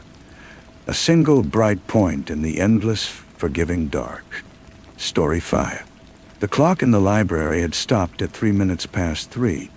It was a massive, oak-cased grandfather, a sentinel of order in a room of leather and dust, and its silence was the first thing Jamie Ray noticed. Not the absence of a tick, but the presence of a different quiet, a held breath thick as the velvet drapes. The body of Christopher Vance was arranged with a terrible neatness in the wingback chair by the cold hearth, a single glass of amber liquid, untouched, on the table beside him. There was no violence, only a profound and absolute cessation, as if he had simply decided to stop participating in the world.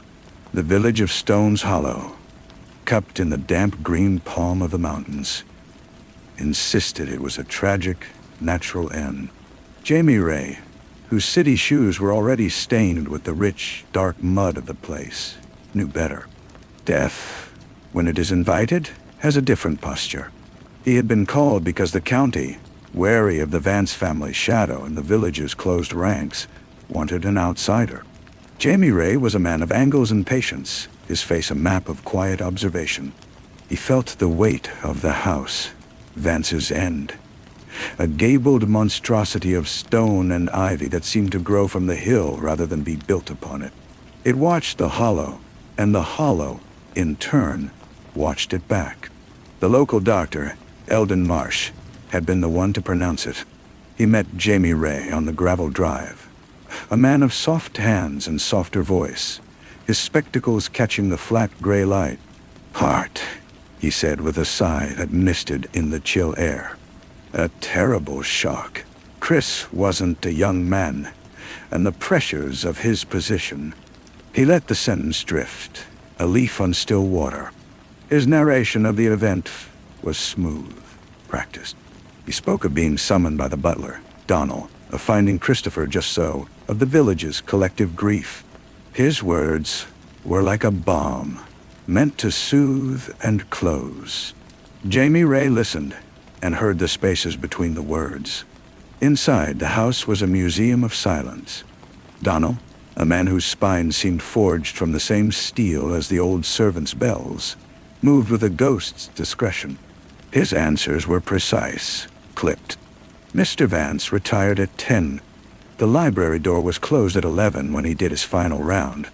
The glass was Mr. Vance's customary nightcap. Macallan, 2 fingers, no ice. He had poured it himself. No, he had heard nothing. The house was very still.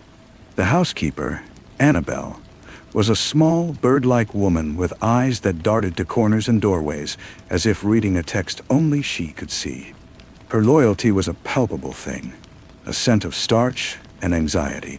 She spoke of Mr. Vance's kindness, his routines, his recent tiredness.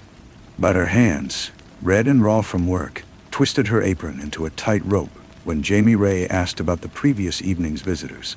"Only Dr. Marsh," she said too quickly, "for his regular consultation." And then a beat later, Miss Malaya was out, walking. She often walks at night. Malaya Vance was the dead man's niece, his only living relative. She found Jamie Ray in the garden, a spectral figure in a gray sweater against the weeping hedges. She was all sharp edges and defiant chin, but her eyes were the color of a winter river, full of dark, moving currents. The inheritance was substantial, a fact she acknowledged with a cold smirk. "You think I killed him for the money? You think I'd be stupid enough to do it here?" She lit a cigarette, the flare of the match illuminating the fine bones of her face. "Everyone in this hollow has a reason to want him quiet. He didn't keep secrets, Detective. He collected them. He curated them. This house isn't built on stone. It's built on what people whisper when they think no one is listening." The village unfurled slowly, a tight bud of suspicion. Ranger, the neighbor whose land abutted the Vance estate, was a constant leaning on fences, offering commentary with the false ease of a lifelong spectator. He spoke of Christopher's influence over planning committees, over debts, over lives. "A man like that, he's a knot," Granger said, whittling a stick with a sharp knife. "You can't untie him without the whole thing coming apart."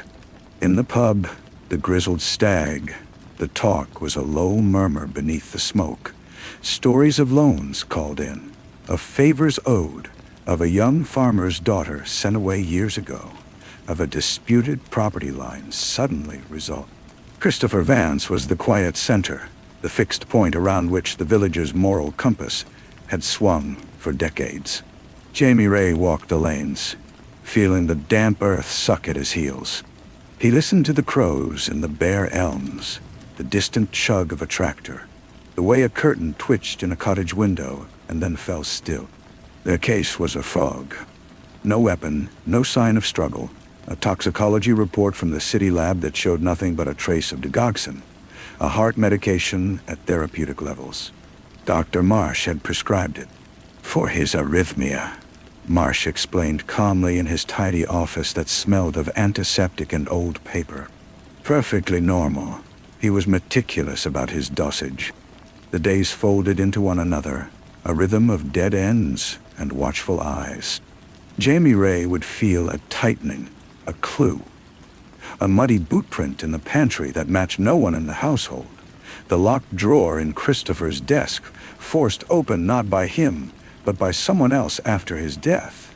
The way Annabelle jumped when the grandfather clock in the hall, now wound, chimed the hour. Then would come a loosening, a long descriptive calm. He would sit in the library, tracing the grain of the desk, watching the light change on the mountains, feeling the immense patient silence of the hollow, a silence that seemed to absorb questions and give back only the sound of the wind. It was the clock that returned to him, the stopped clock. 3 minutes past 3. He stood before it, feeling the wrongness like a cold spot in the room. Donald had said he did his final round at 11. The doctor estimated time of death between 10 and midnight, but the clock had stopped at 3:03. He opened the glass face. The mechanism was clean, the pendulum still. No obvious defect. He reached behind the heavy case, his fingers brushing dust and wood, and found it. A single, slender thread caught on a rough splinter. Not wool, not cotton. Silk dotting. A delicate, dark green silk. He saw Malaya in her gray sweater, her practical jeans. He saw Annabelle in her drab uniform. He saw Dr. Marsh in his tweed and wool, Donald in his black broadcloth, Granger in his canvas and flannel. Then he remembered the scarf. The elegant, paisley-patterned scarf of dark green silk tucked into the pocket of Dr. Eldon Marsh's overcoat. The one hanging in the hall on his first visit. A doctor's scarf, out of place in this rustic setting. A touch of vanity. The intuition came not as a flash, but as a slow, chilling tide. He went back to the toxicology report. Tigoxin therapeutic levels. But what if the levels were not from a consistent, daily dose? What if they were from one massive, final dose? A man on heart medication, found dead of heart failure. The perfect, invisible murder. And who better to administer it than the man who prescribed it, who visited regularly, who could monitor the effects, who could, with a gentle, professional hand, guide a man towards his end. The glass of whiskey, untouched, not a nightcap, but a prop. A man about to take a drink does not stop his clock, but a man staging a scene, a careful, precise man, might accidentally catch his scarf on a clock he had stopped to create an alibi, a fixed time that pointed away from him. He confronted Marsh in the doctor's own sterile surgery. He laid out the thread, the discrepancy of the clock, the pharmacological possibility. He spoke of blackmail, of secrets a doctor might know, of a wealthy man who perhaps wanted a certain medical silence, a debt called in that could not be paid with money. Marsh listened, his face a placid mask. He did not deny. He did not confirm. He simply removed his spectacles and polished them slowly on his linen handkerchief.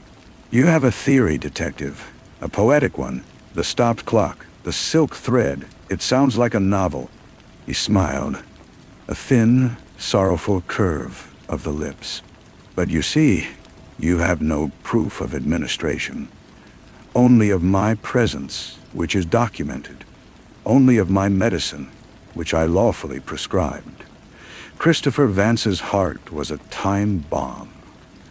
I merely understood the mechanics of the clock. Jamie Ray knew he was right. The case was all circumstance and intuition. He could feel the truth, solid and ugly, but it was slipping through his fingers, retreating behind the wall of medical authority and village silence.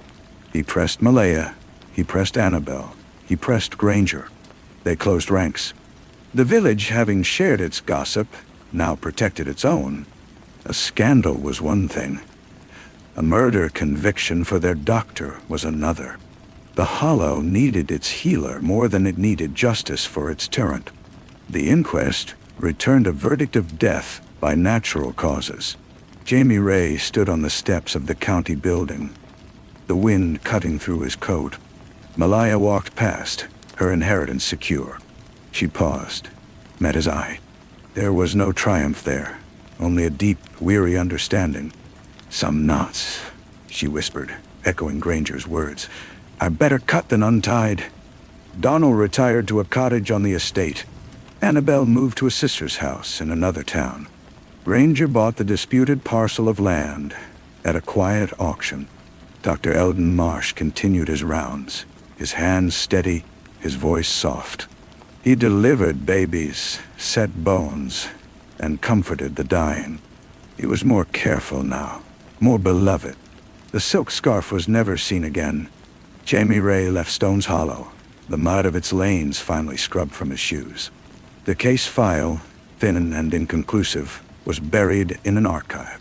But sometimes, on nights when the wind was right, he would remember the absolute quiet of that library, the stopped hands of the clock, and the face of Eldon Marsh. Not as a killer caught, but as a man who had perfectly diagnosed a community's sickness and prescribed the only remedy he saw fit. The truth had not been uncovered. It had been absorbed, metabolized by the hollow, becoming just another secret in the rich, dark soil. The clock could be wound again, the hands set to the correct time, but the moment of its stopping, the reason for its silence, faded into the perpetual twilight of the place, a permanent, unanswered question hanging in the damp air. The city's noise was a jarring symphony after the muffled world of Stones Hollow. Jamie Ray returned to his apartment, to the cases that bled and shouted their truths. But the quiet of the library followed him. It was in the spaces between sirens, in the way a suspect's eyes would slide away, not in fear, but in a kind of weary complicity he now recognized. He had solved a murder perfectly in his own mind. He knew the how, the why, the who. Yet the knowledge was useless. A stone in his pocket, smooth and heavy and private. A year passed. Then a manila envelope arrived with no return address, postmarked from a town 50 miles from Stones Hollow. Inside were photographs, grainy, taken from a distance with a long lens. They showed Dr. Marsh, not in his surgery, but in the city, on a monthly basis. He was meeting a man in a well-cut suit outside a discreet private bank. The man was a trustee. Jamie Ray knew his type. He managed money for people who needed no paper trail. The final photo was a document, a photocopy of a ledger page. It showed regular, substantial deposits into a numbered account, dating back 3 years. The deposits stopped the month after Christopher Vance died. The source was obvious in its way. Malaya. She had the resources, the motive now not for murder, but for a different kind of justice, or perhaps just a final settling of accounts. She had inherited the secrets too. This was her proof, sent to the one person who would understand it. Not evidence of murder, but evidence of motive. Marsh hadn't killed for blackmail or to silence a debtor. He had killed for a salary. Christopher Vance had been paying him, and the payments had ceased upon Vance's death. The doctor was a hired instrument, a precise medical solution to a problem. But whose? Jamie Ray saw the tapestry now. Not just a thread, but the whole dark weave. Vance, the collector of secrets, had finally collected one too dangerous to hold. Someone in the hollow, or connected to it, had needed him gone, and had employed the village's most trusted healer to make it so. Granger with his land? A wronged father from a decades-old story. A rival from the county council? It could have been any of them, or someone whose name never surfaced in the low pub murmur. Marsh was the mechanism, not the architect. He could take this to his superiors. It would reopen the case, stir the hornet's nest. But the photos were illegally obtained, the ledger page unverifiable.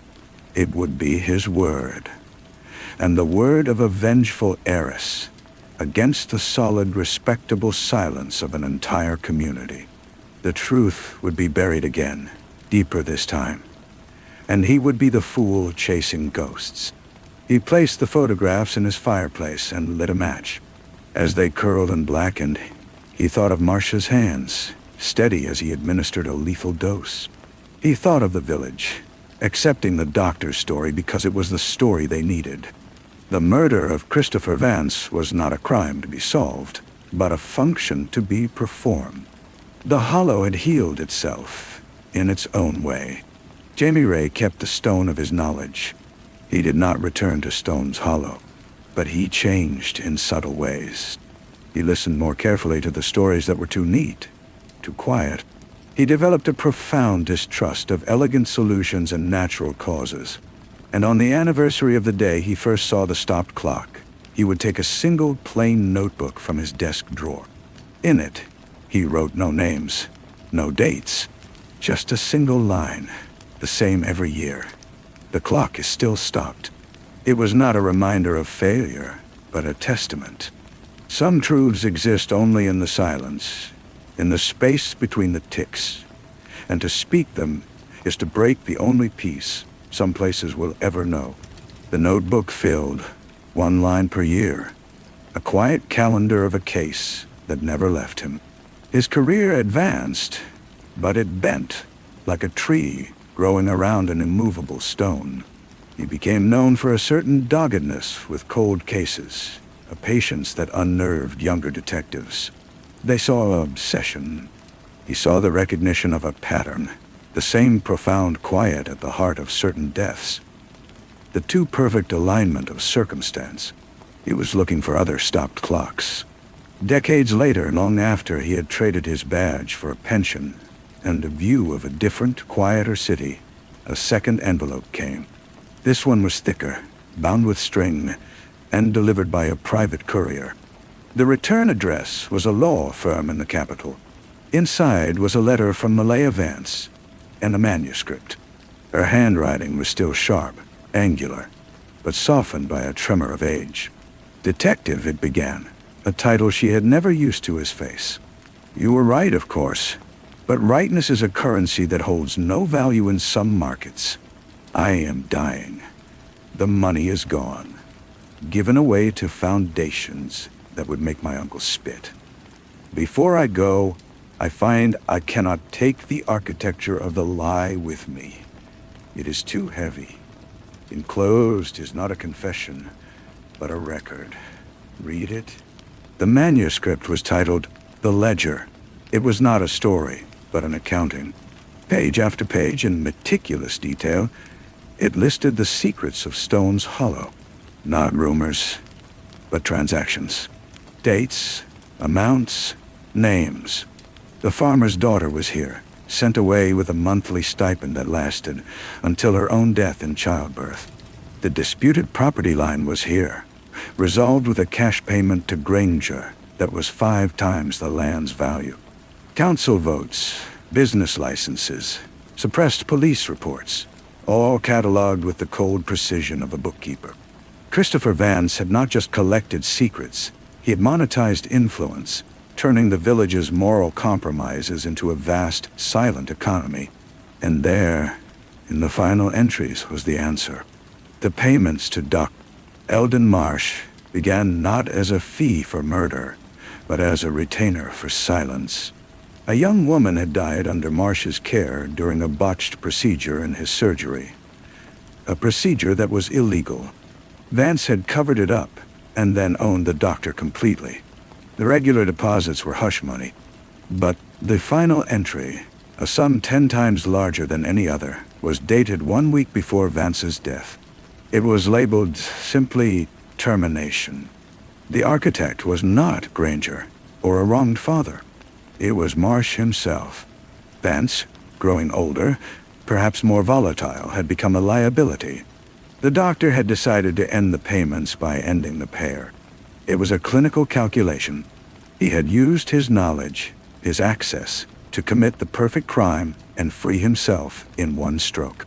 The village's collective willingness to believe in a natural death was not just complicity. It was the very tool he had relied upon. Jamie Ray sat for a long time, the pages heavy in his lap. He felt no triumph, only a profound, weary sadness. The knot had not been cut by the village for its own peace. It had been cut by the killer to secure his own. The Hollow had simply chosen, instinctively, to believe the story that caused the least total damage. Losing their tyrant was one thing. Losing their healer and facing the rotten foundations of their world was another. He did not take the manuscript to the authorities.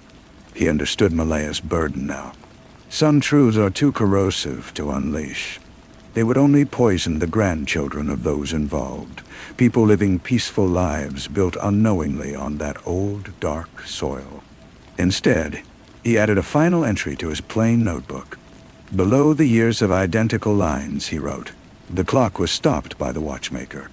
He placed the manuscript in his fireplace, as he had the photographs long ago, and watched the careful accounting of Stone's hollow soul turn to ash.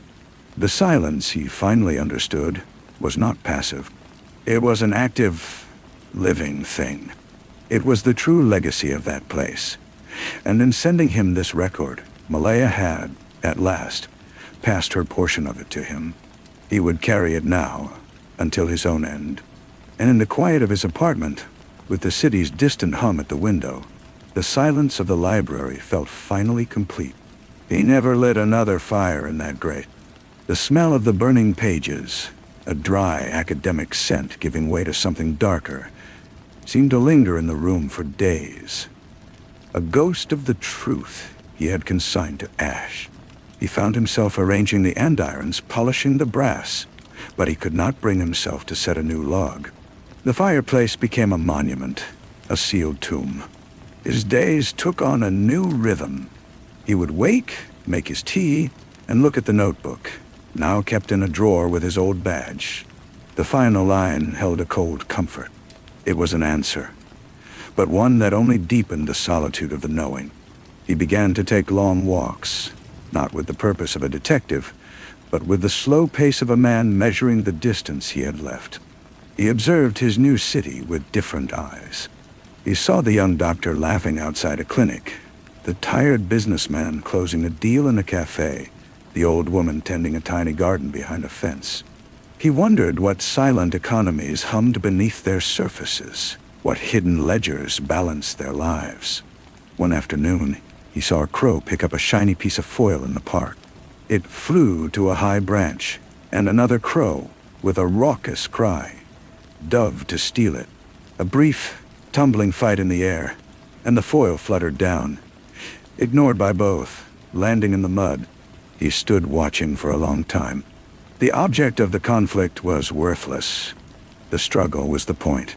He thought of Marsh, then, not as a monster, but as that first crow, seizing the shiny, dangerous secret of that young woman's death. And Vance, the other crow, stealing it, turning it into power.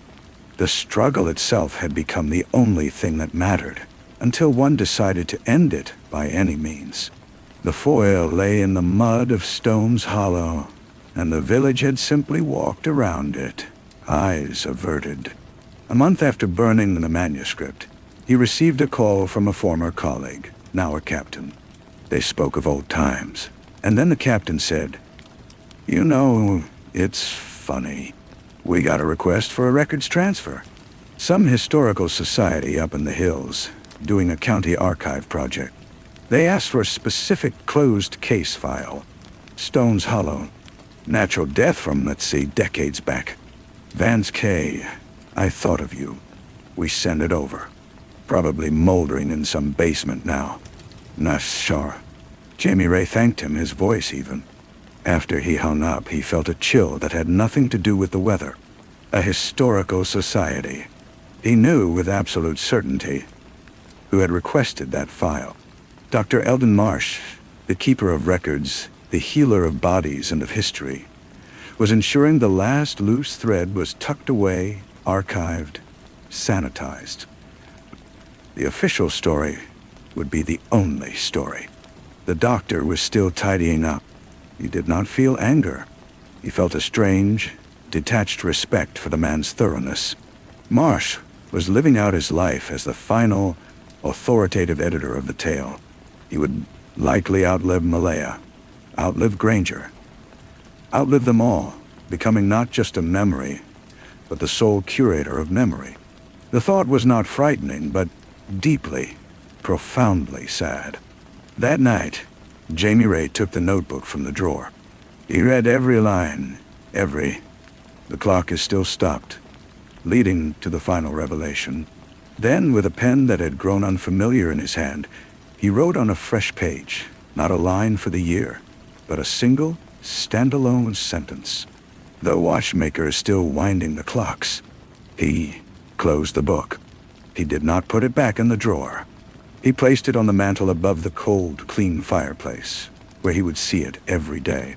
It was no longer a hidden stone in his pocket. It was a landmark on his own horizon. He would live with it in plain sight, a quiet monument to the truth that was, and to the silence that had prevailed. And in that acceptance he found a kind of peace, as deep and complex as the silence of the hollow itself. The seasons turned in his quiet city. The notebook on the mantel gathered a fine layer of dust, which he would occasionally wipe away with a careful sleeve. But he never opened it again. The words were inside him now, part of his architecture. He took his walks, fed the birds in the park, and watched the children who were not his grandchildren grow taller. The call about his own health came on a Tuesday. It was a different doctor, in a different sterile room, using words like inoperable and time.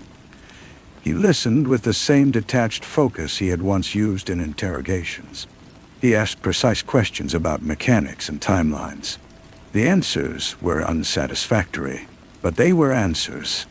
He left the clinic with a prescription and a number for hospice care. He began the business of dissolution. It was a small life, easily packed away. He donated his books, his furniture, the few things that held no memory. The badge and the notebook he kept out. One afternoon, sorting through a box of old stationery, he found a single forgotten photograph. It was not from Stone's Hollow. It was a picture of himself as a much younger man, standing with his first partner on the steps of the precinct. They were both smiling, squinting in the sun, believing in the solvable nature of things. He studied the face of the man he had been, the unlined certainty of it. He put the photograph in his pocket. The hospice was a calm, soft-edged place. The windows looked out on a garden. He spent his days there, watching the light move across the floor. He spoke little, but he listened to the murmurs of the place, the gentle comings and goings, the hushed voices of families. It was its own kind of hollow, he thought, a place where the final, inevitable truth was absorbed into routine and kindness. A nurse, a young man with kind eyes and steady hands, reminded him of someone. It took Jamie Ray 2 days to place it. It was not the face, but the manner, the calm efficiency, the way he adjusted a pillow or checked a drip with a quiet, professional certainty. It was the ghost of Eldon Marsh's bedside manner. The recognition was a cold trickle in his veins. Even here, at the end, the pattern repeated. The healer, the mechanic of the final transition. When the pain grew thick and the hours blurred, he asked for his jacket. The nurse helped him put it on, guiding his thin arms through the sleeves. Jamie Ray's hand found the photograph in the pocket. He held it out, his fingers trembling. "Here," he said, his voice a dry whisper. "A story for you. 2 men. They thought they could fix broken things." Nush. The nurse took the photo, looked at it with a polite, caring smile. "They look very dedicated," he said. "They were wrong," Jamie Ray said, the words costing him. "Some things aren't broken. They're just finished." He took the photo back and held it against his chest. He did not speak of Stone's Hollow, or stopped clocks, or watchmakers. Those were his stones, and he would carry them all the way down.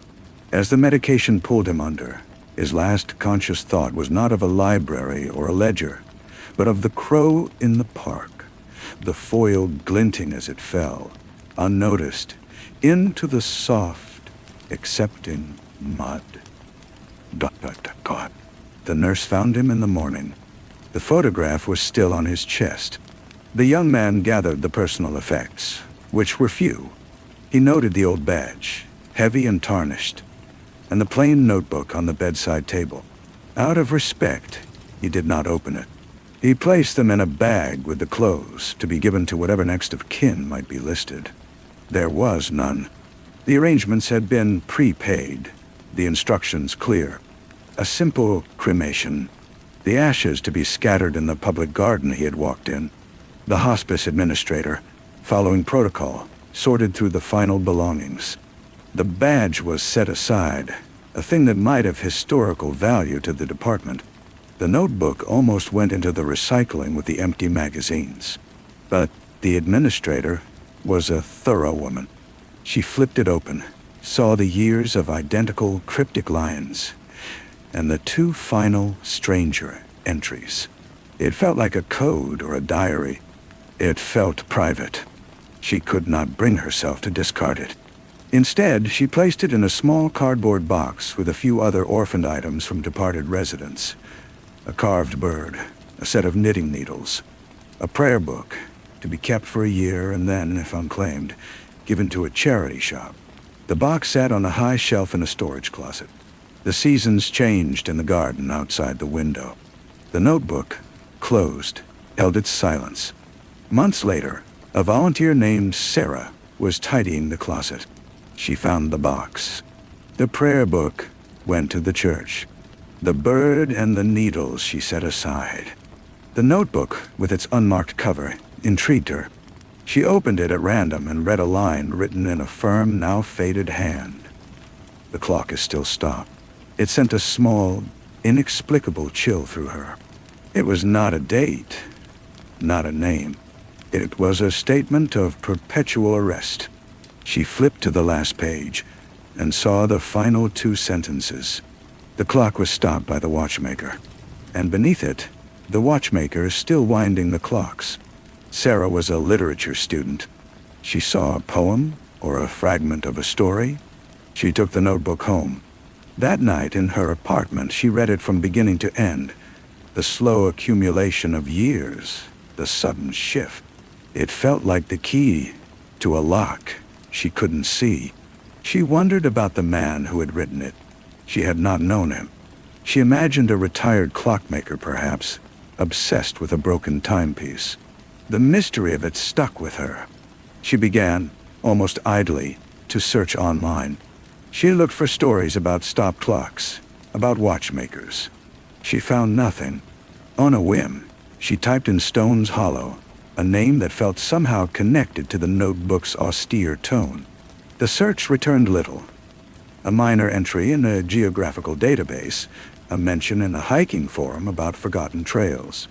No news stories, no history. It was as she scrolled down, frustrated, that she saw a link to a digital archive project.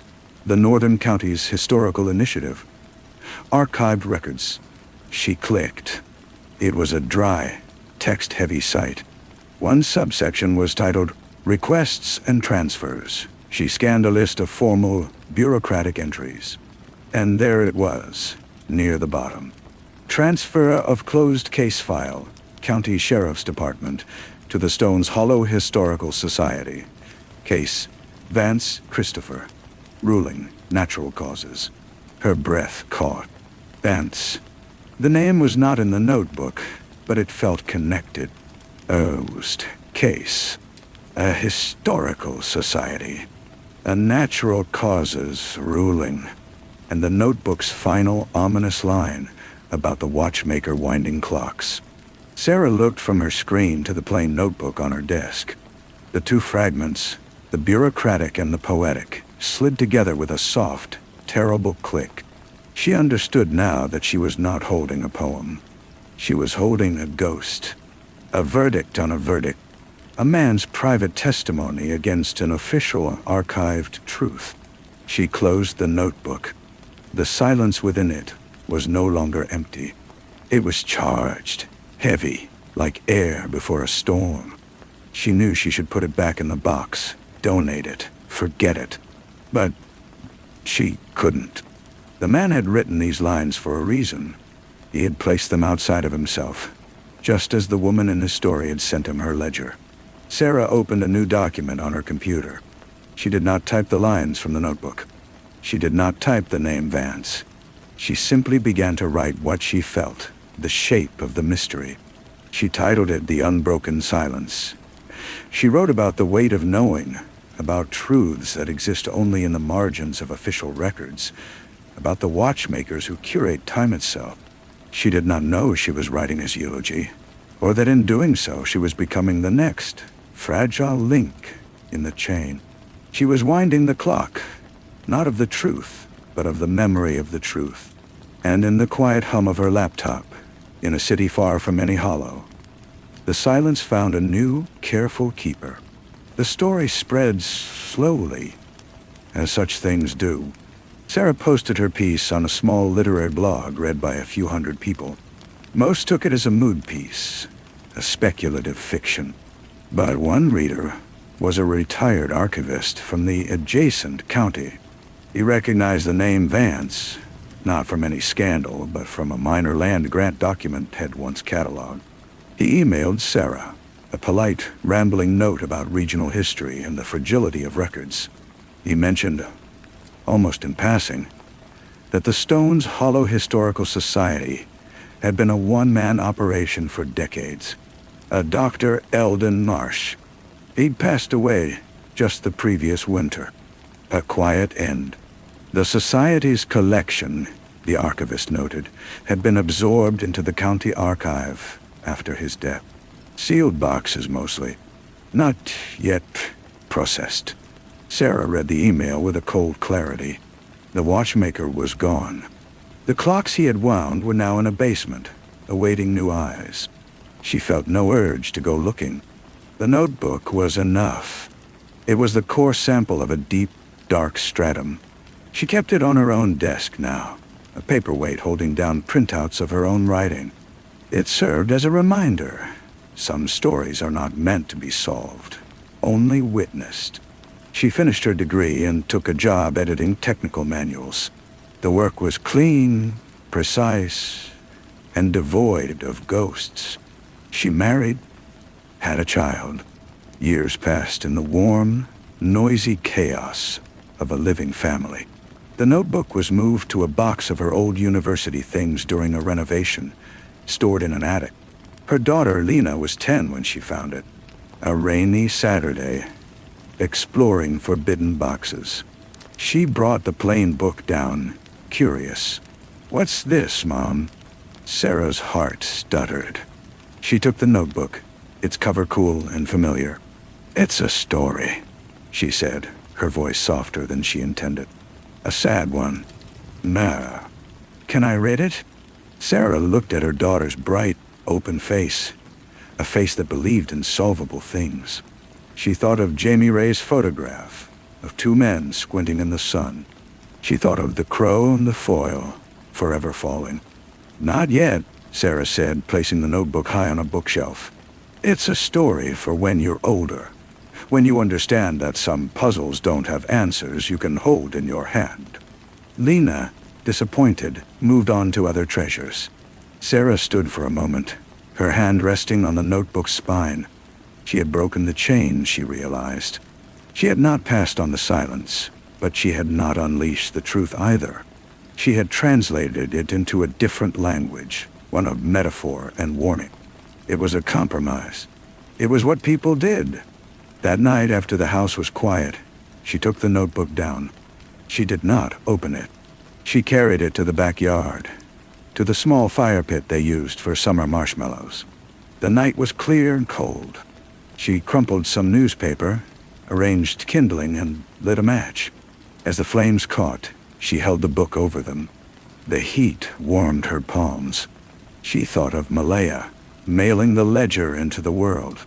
She thought of Jamie Ray, burning it in his grate. She thought of the archivist's boxes, moldering in the dark. Each act was a form of burial, a hope that the silence would hold. But her own act felt different. She was not burying it. She was releasing it. The truth was out now, not in facts, but in the shape of its absence. It was in her essay, in a few scattered emails, in the memory of a dead archivist. It was already free, in pieces too small to reassemble. The physical artifact was the last tether. She placed the notebook gently on the flames. The edges blackened and curled. The careful, fading ink vanished into smoke. It burned quickly, a brief, bright consumption. She watched until it was a fragile shell of ash, and then poked it with a stick until it collapsed into nothing. The silence, she understood, was not in the book. It was in the space between the people who had carried it. And now that space was empty. The chain was broken. The hollow secret and the weight of its keeping had finally, truly, ended. She went inside, washed the smell of smoke from her hands, and checked on her sleeping daughter. The child's breath was even, her dreams her own. Sarah kissed her forehead and closed the door. In the hallway, she paused, listening to the deep, familiar quiet of her own home. It was a different kind of silence. It was not something she carried. It was simply peace. Story 6. The steady, metronomic click of the nurse's wall clock was the only sound in the private room. It was a sound Leonard had come to know as intimately as his own heartbeat, a white noise marking the passage of days that felt indistinguishable from nights. Then, at precisely 2:17 in the afternoon, the clock stopped. The silence that followed was not empty. It was a thick, velvety substance that filled his ears, his lungs, the space between the sterile white sheets, and his atrophied legs. In that sudden void, he heard the echo of another cessation, the moment a king's heart had stopped beating 5 centuries ago, the moment an official history had been sealed with a lie. It was a silence that demanded an answer. Leonard was a former inspector, a man who had navigated the grimy, violent streets of the city with a deductive mind that was both a gift and a curse. A bullet to the spine, courtesy of a cornered forger with nothing left to lose, had traded his precinct for this pale green room, his trench coat for a cotton gown. The physical world had shrunk to the view from his window, a sliver of gray sky, the skeletal branch of an oak. But the landscape of his mind had expanded into terrifying, infinite plains. To keep from drowning in them, he had chosen an anchor, the Viridian Enigma. King Denham III, the Butcher of Viridia. Every school child knew the story. 500 years ago, during the Harvest Uprising, he had ordered the massacre of an entire city, the act of such monstrous cruelty it had defined tyranny for generations. His name was a synonym for evil. But a footnote in a dusty monograph, sent to him by his old friend Ephraim, a historian with a taste for heresy, had suggested a grain of doubt, a discrepancy in troop movements, a missing royal edict, a whisper in the archives. For Leonard, confined to his bed, it was a lifeline. He would investigate the coldest case of all. London, his nurse, was his sole connection to the present. She was a woman of practical hands and a quiet, observing intelligence. She would adjust his pillows, her movements efficient and gentle, and her eyes would linger on the photocopied folios spread across his lap. "Chasing ghosts again, Inspector?" she'd ask, her voice low and smooth. "The only ghosts that matter," he'd reply, his own voice a dry rustle from disuse. "The ones history books are haunted by." She brought him his materials, a silent accomplice. Ephraim, a frantic, enthusiastic presence on the phone, fed the beast. Boxes arrived, smelling of old paper and forgotten libraries. They contained facsimiles of chronicles, personal letters from long-dead courtiers, military logistics reports on vellum so thin it felt like butterfly wings. Leonard's world dissolved into the scent of ozone from his reading lamp, the texture of brittle paper, the hypnotic rhythm of his own reasoning. His investigation was a ritual. Each morning, after London had seen to his needs, he would begin. He would read the same paragraph from the official chronicler, Malvine, describing the king's face of blackest fury as he gave the order. Then he would cross-reference it with the private diary of a foot soldier found sewn into the lining of a prayer book which spoke only of confusion in the ranks and orders shouted from a distance, their origin unclear. He built timelines on the back of hospital menus, mapping the king's confirmed location against the timeline of the massacre. The methodical cadence of this work, observe, compare, doubt, deduce, became a quiet, absorbing pulse. It was slower than any street investigation, but the stakes were somehow higher. He wasn't just solving a crime. He was dissecting the anatomy of truth itself. The narrative of Denham's guilt was a tapestry, and Leonard began to pull at loose threads. The primary chroniclers, Malvine and his colleague Forth, had been in the employ of the Council of Regents, who took power after Denham's mysterious death. A fall from his horse, they said. Their accounts were vivid, novelistic, perfectly damning. But Leonard, who had written enough police reports to know how narrative bends to the needs of the writer, saw the seams.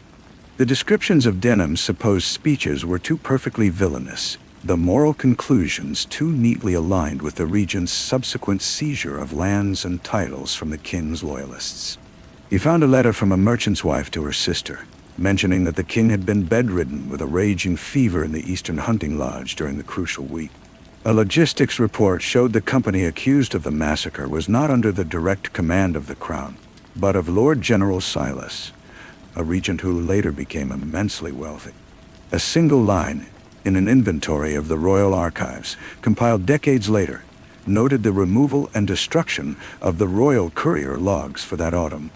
The political power of the past was an invisible defendant in Leonard's mental courtroom.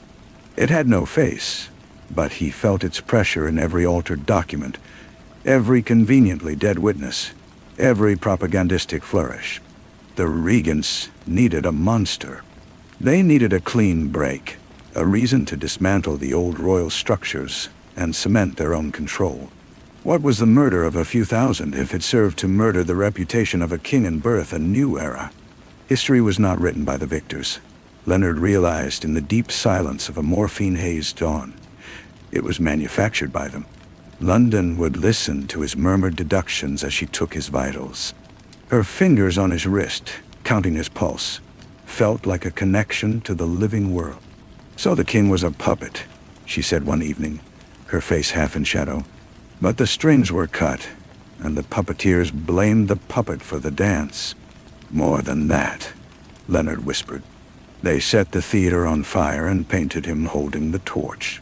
The climax came not with a shout, but with a slow, chilling coalescence. Ephraim, breathless with triumph and terror, delivered the final piece. It was not a document, but a material witness. A portrait of King Denham, long thought destroyed, discovered hidden behind a false wall in a derelict chapel. He sent a high-resolution photograph. Leonard held it on his tablet, the blue light washing over his gaunt face. This was not the face of a butcher. It was the face of a young man, perhaps 20, with eyes of a startling, melancholic gray.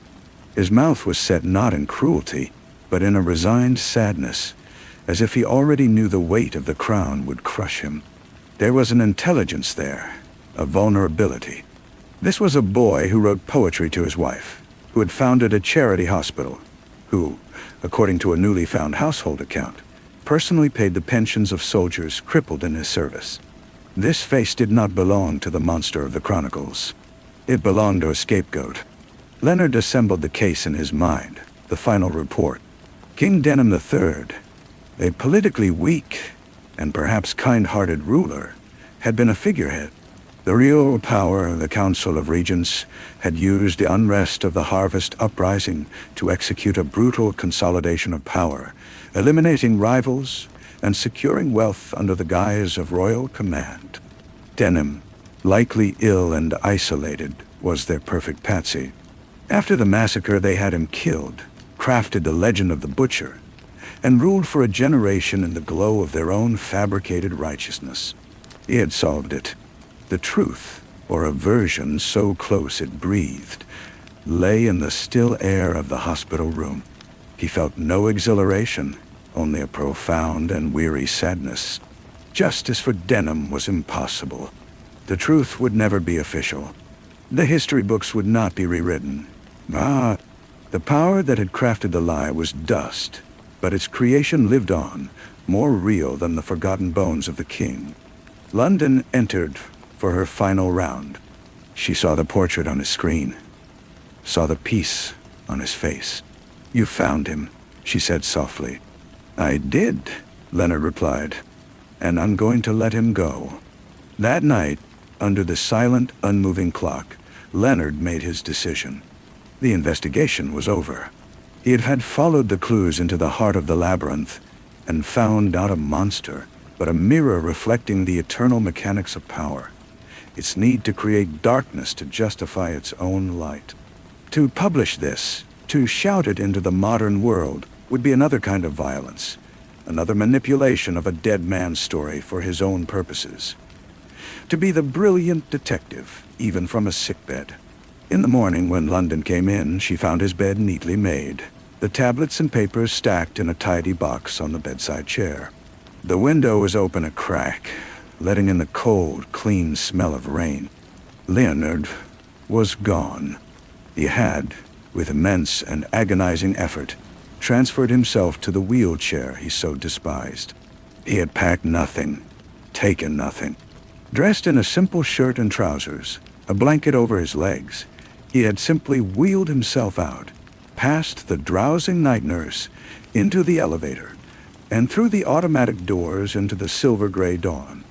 He moved down the quiet street, the wheels a soft whisper on the wet pavement. He did not look back at the hospital, at the room that had been his prison and his archive. He did not think of Ephraim's inevitable, confused call.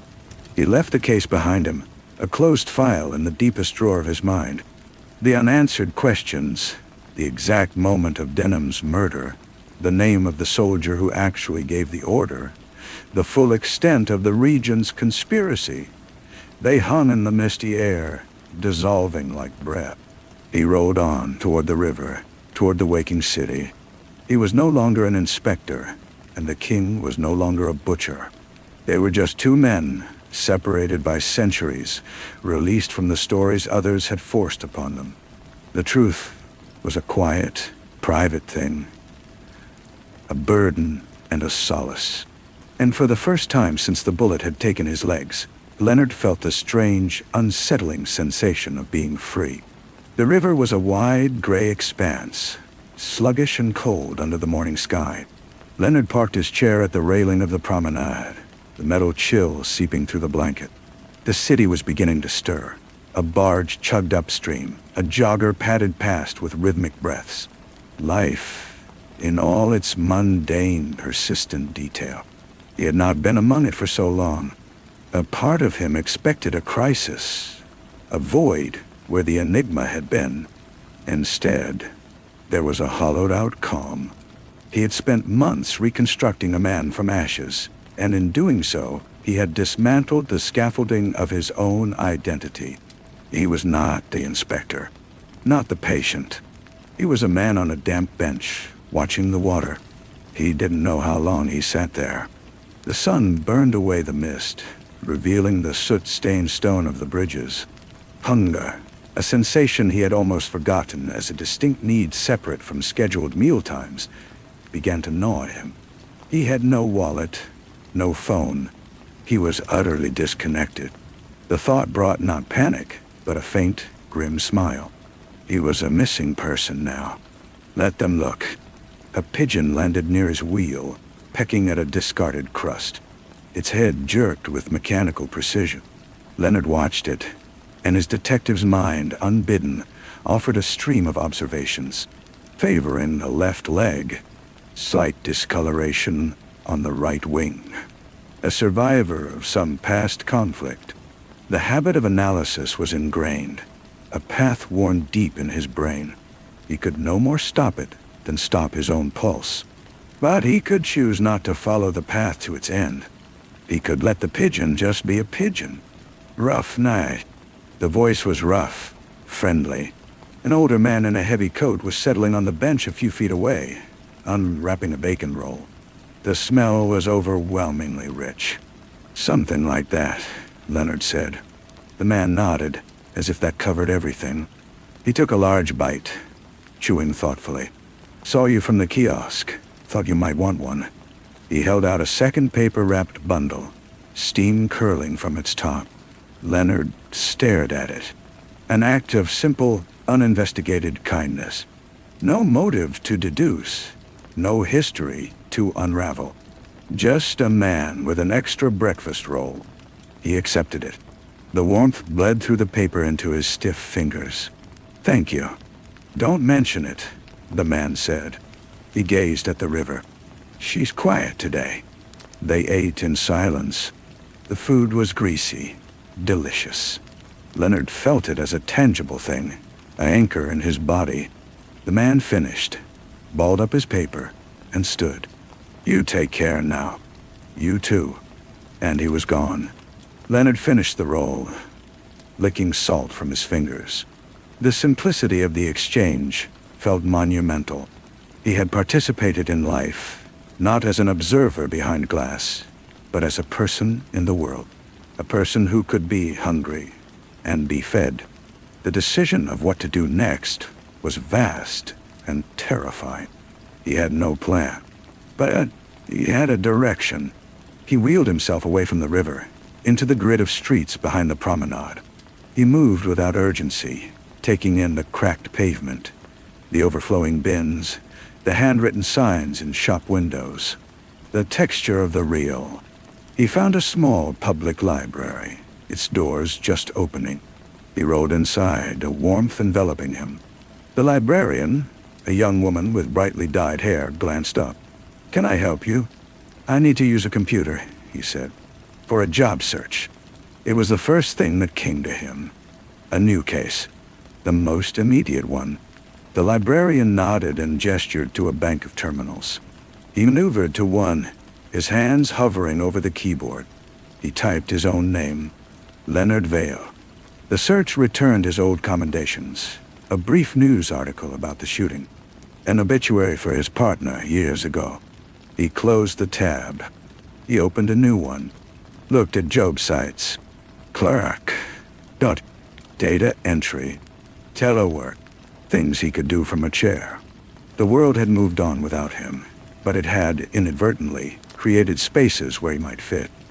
He began to fill out an application, the fields asking for his history. He wrote, "Retired civil servant." It was true in its way. As he worked, his eyes drifted to the library's history section.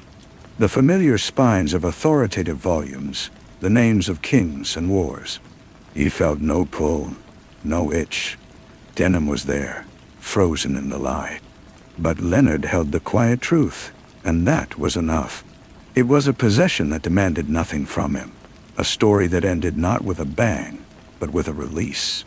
He finished the application and submitted it into the digital ether. A message flashed. "Thank you for your submission." He wheeled back out into the day. The sun was higher now, weak but bright. He turned a corner and found himself on a street he knew. His old precinct was 3 blocks down. The pull was instinctual, a homing signal. He could go there. They would know him. They would find him a chair, a desk, something to make use of his mind. It would be a return of sorts. He sat at the intersection, the traffic lights cycling from red to green. The precinct was one way. The unknown city stretched in the other. He thought of London, finding the empty room. He hoped she would understand. He thought of Ephraim, raging at the lost glory of their historical coup. He would not call him. The light turned green again. Leonard Vale, former inspector, solver of the Viridian Enigma, took a deep breath of the diesel-scented air. Then he turned his wheeled chair away from the precinct and rolled forward into the labyrinth of the living, leaving both the prison and the palace far behind. The labyrinth offered no minotaurs, only the mundane puzzles of curb cuts and crowded sidewalks. He found a charity shop where a volunteer with a matter-of-fact kindness helped him find a heavier coat that fit over his shoulders in the chair. He paid with coins from his pocket, a few forgotten pence and a 5-pound note tucked in a seam. It felt like a fortune. A park, became his temporary office. He used a public phone, his memory surprising him with the number for a former colleague, now in private security. The conversation was awkward, punctuated by long silences. But the result was a name, a contact for a firm that did background checks, work that was sedentary and detail-oriented. An interview was arranged for the following week. The mechanics of survival, once engaged, carried their own momentum. He slept at first night in a hostel that smelled of bleach and old soup. The bunk was a narrow, clinical thing, but it was not a hospital bed. The sounds were of strangers shifting, coughing. The distant wail of sirens. A symphony of uncurated life. He lay awake, listening. The ghost of the investigation tried to surface, the neat, compelling narrative of guilt and innocence. He let it rise, and then he let it go, watching it dissipate like smoke. He practiced this release until sleep took him. The interview was in a glass-walled building downtown. He arrived early, watching people in suits stride with purpose. A different species.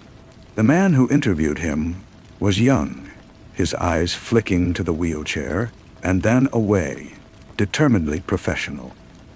He asked about analytical skills, about handling large volumes of information. Leonard answered plainly. He did not mention kings or regents or 500-year-old lies. He spoke of patterns, of discrepancies, of the patience required to find a single truth in a field of noise. He got the job. The work was monotonous, a river of names and dates and digital records to be verified. He found a small, affordable flat with a view of a brick wall. It was his. London tracked him down.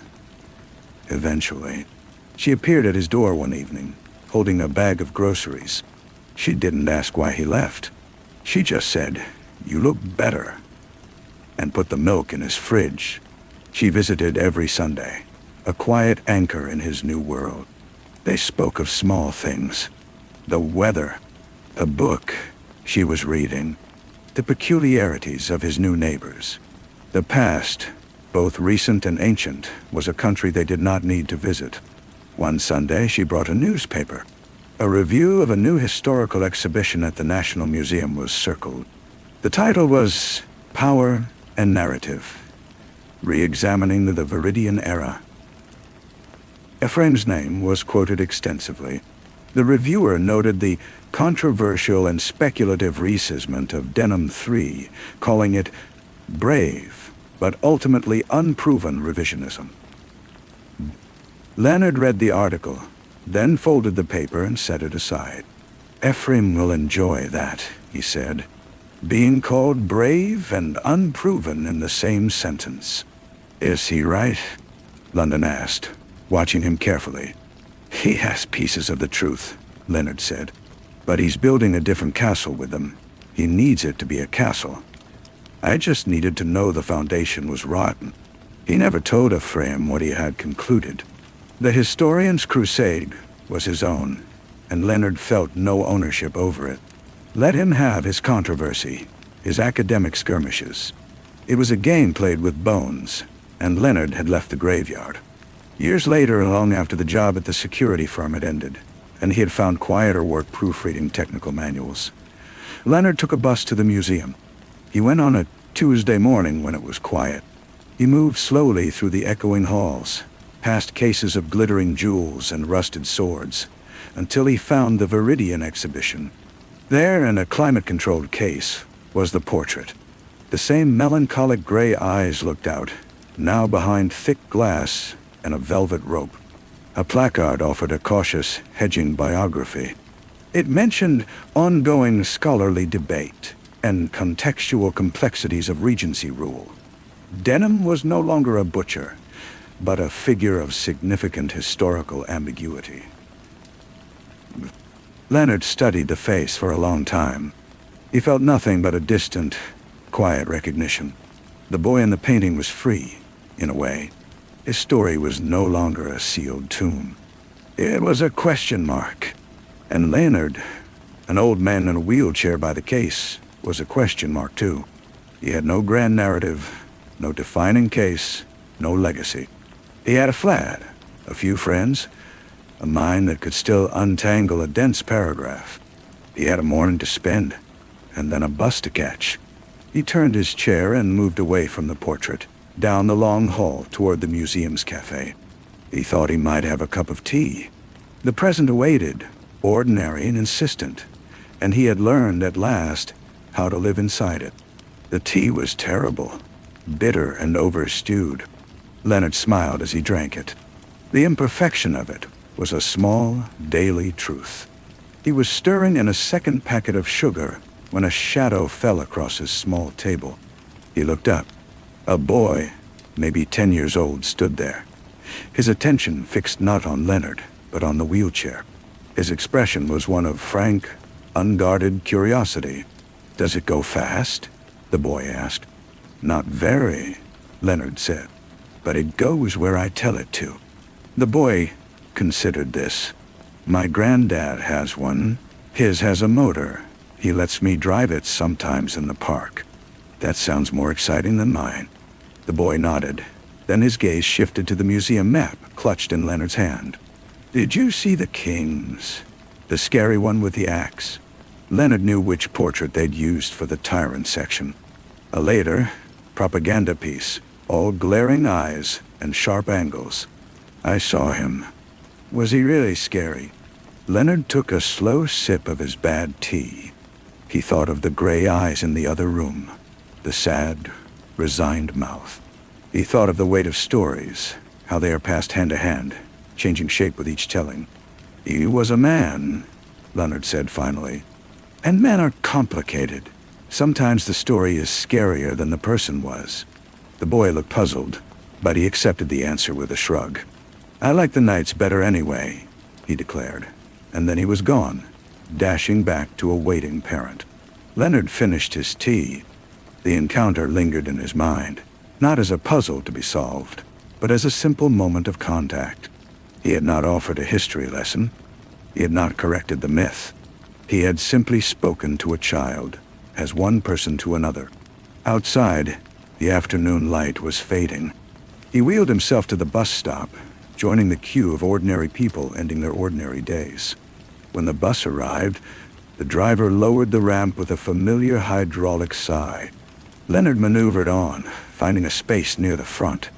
As the bus pulled into traffic, he watched the city pass by the window, the great monuments in the forgotten alleys, the layers of history and life built one upon the other. He no longer felt the need to peel them apart. He could let them be. His stop approached. He rang the bell, the sound a clear, decisive ping in the quiet bus. The ramp descended again, and he rolled out onto the pavement, onto the street that led to his flat, to his quiet evening, to the rest of his life. The truth about a king was a quiet, settled stone inside him, and his own truth was just this. The wheels turning, the ground moving steadily beneath him, the journey home. The flat was cool and still. He made himself a simple dinner, the rituals of the kitchen a meditation. As he washed the plate, he looked out the small window at the darkening slice of sky. The first star was out, a pinprick in the twilight.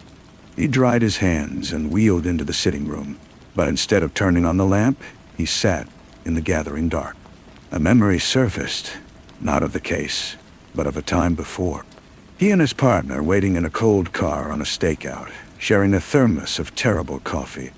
They hadn't spoken much, just sat in a comfortable silence, watching a door that never opened. That was the job too. The long stretches of nothing, the patience that was its own kind of truth. He had forgotten that. He had let the enigma, with its grand scale, erase all the small, true things that came before. The phone rang, a jarring sound in the quiet. He let it. It stopped, then started again. On the third ring, he answered. "Leonard. Doughty." It was Ephraim. His voice was strained, thin with an old man's frustration. "I've been calling for weeks. London finally gave me the number. She said I shouldn't, but I had to. Leonard said nothing. He listened to the static on the line. The exhibition, Ephraim continued. It's a farce. They've taken my work and watered it down to a question. A question. After all, we uncovered a probability, Leonard said, his voice calm. Not a verdict. History doesn't give those. Don't be naive, Ephraim snapped. Then he sighed, a long, ragged sound. I'm dying, Leonard. Some nonsense with my heart. They give me months. A year at most, and I wanted to leave a mark. Definitive mark. You took that from me. Leonard closed his eyes. He saw the stacks of paper in the hospital room, Ephraim's eager, feverish face. The need for legacy was a kind of hunger, too. I didn't take anything, Ephraim. I just stopped building. The mark you leave is your own. It doesn't have to be a hammer blow. There was a long silence. When Ephraim spoke again, the anger had bled away, leaving only a profound weariness. You were the best mind I ever worked with, and the most frustrating. Thank you, Leonard said, and meant it. After he hung up, the room felt even quieter. He thought of Ephraim, surrounded by his books, watching his own story narrow to an end. Leonard's own end felt different now. Not a wall, but a horizon. He slept deeply that night. In the morning, he went to his desk, to the quiet work of proofreading a manual on hydraulic systems. The language was precise, technical, devoid of ghosts. He lost himself in the flow of it, correcting a comma, questioning a vague clause. It was a different kind of service, a small keeping of order in a small corner of the world. Later, he wrote a letter, not to Ephraim, and not about kings. It was to the parents of his late partner, something he had meant to do for years. He wrote about the good coffee they could never find, and the bad jokes, and the steadfast silence in that cold car. He wrote about the man, not the policeman. He posted it on his way to the market. Walking back, a bag of groceries on his lap, he felt the first drop of rain. He didn't hurry. He let it fall, a light, cool pattering on his shoulders and head. He was just a man, getting wet, going home. The wheels of his chair left twin, dark tracks on the pavement, marks that the rain would soon wash away. And that was all right. The market was closed by the time he got back, the metal shutters down. A different rhythm, he thought. Not the rhythm of a case, but of a neighborhood. He put the groceries away, the simple act of placing a tin of tomatoes on a shelf, feeling like a small, permanent victory. The next Sunday, London came. She noticed the letter on the side table, the stamp missing. She didn't ask about it. Instead, she told him about a problem at her work. A logistical tangle involving shipping schedules and a delayed container. He listened, and then, almost without thinking, he began to ask questions. Not the deep, probing questions of an investigation, but practical ones. Sequence, timing, alternatives. Within 20 minutes, they had sketched out a solution on the back of an envelope. She looked at him, a slow smile spreading. You're still good at that. At untangling string, he said. Yes. After she left, he felt a quiet energy. He wheeled to his small bookshelf, not the section on history, but the one with old, worn paperbacks, mysteries mostly from a different life. He picked one at random, a convoluted country house plot he'd read decades ago. He opened it and began to read, not for the solution which he remembered, but for the pleasure of the structure, the careful laying of pipe. It was a comfort, like listening to a familiar piece of music.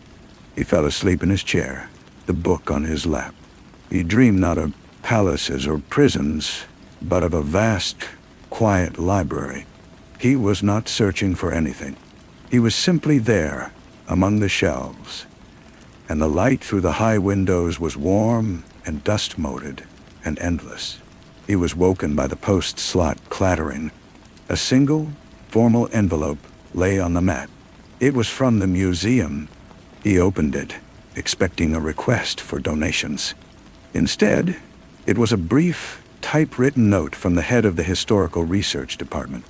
They were, it said, establishing a small, informal panel to review new evidence pertaining to the Viridian period as it emerged. Given his unique prior engagement with the material, would he consider serving as an occasional consultant?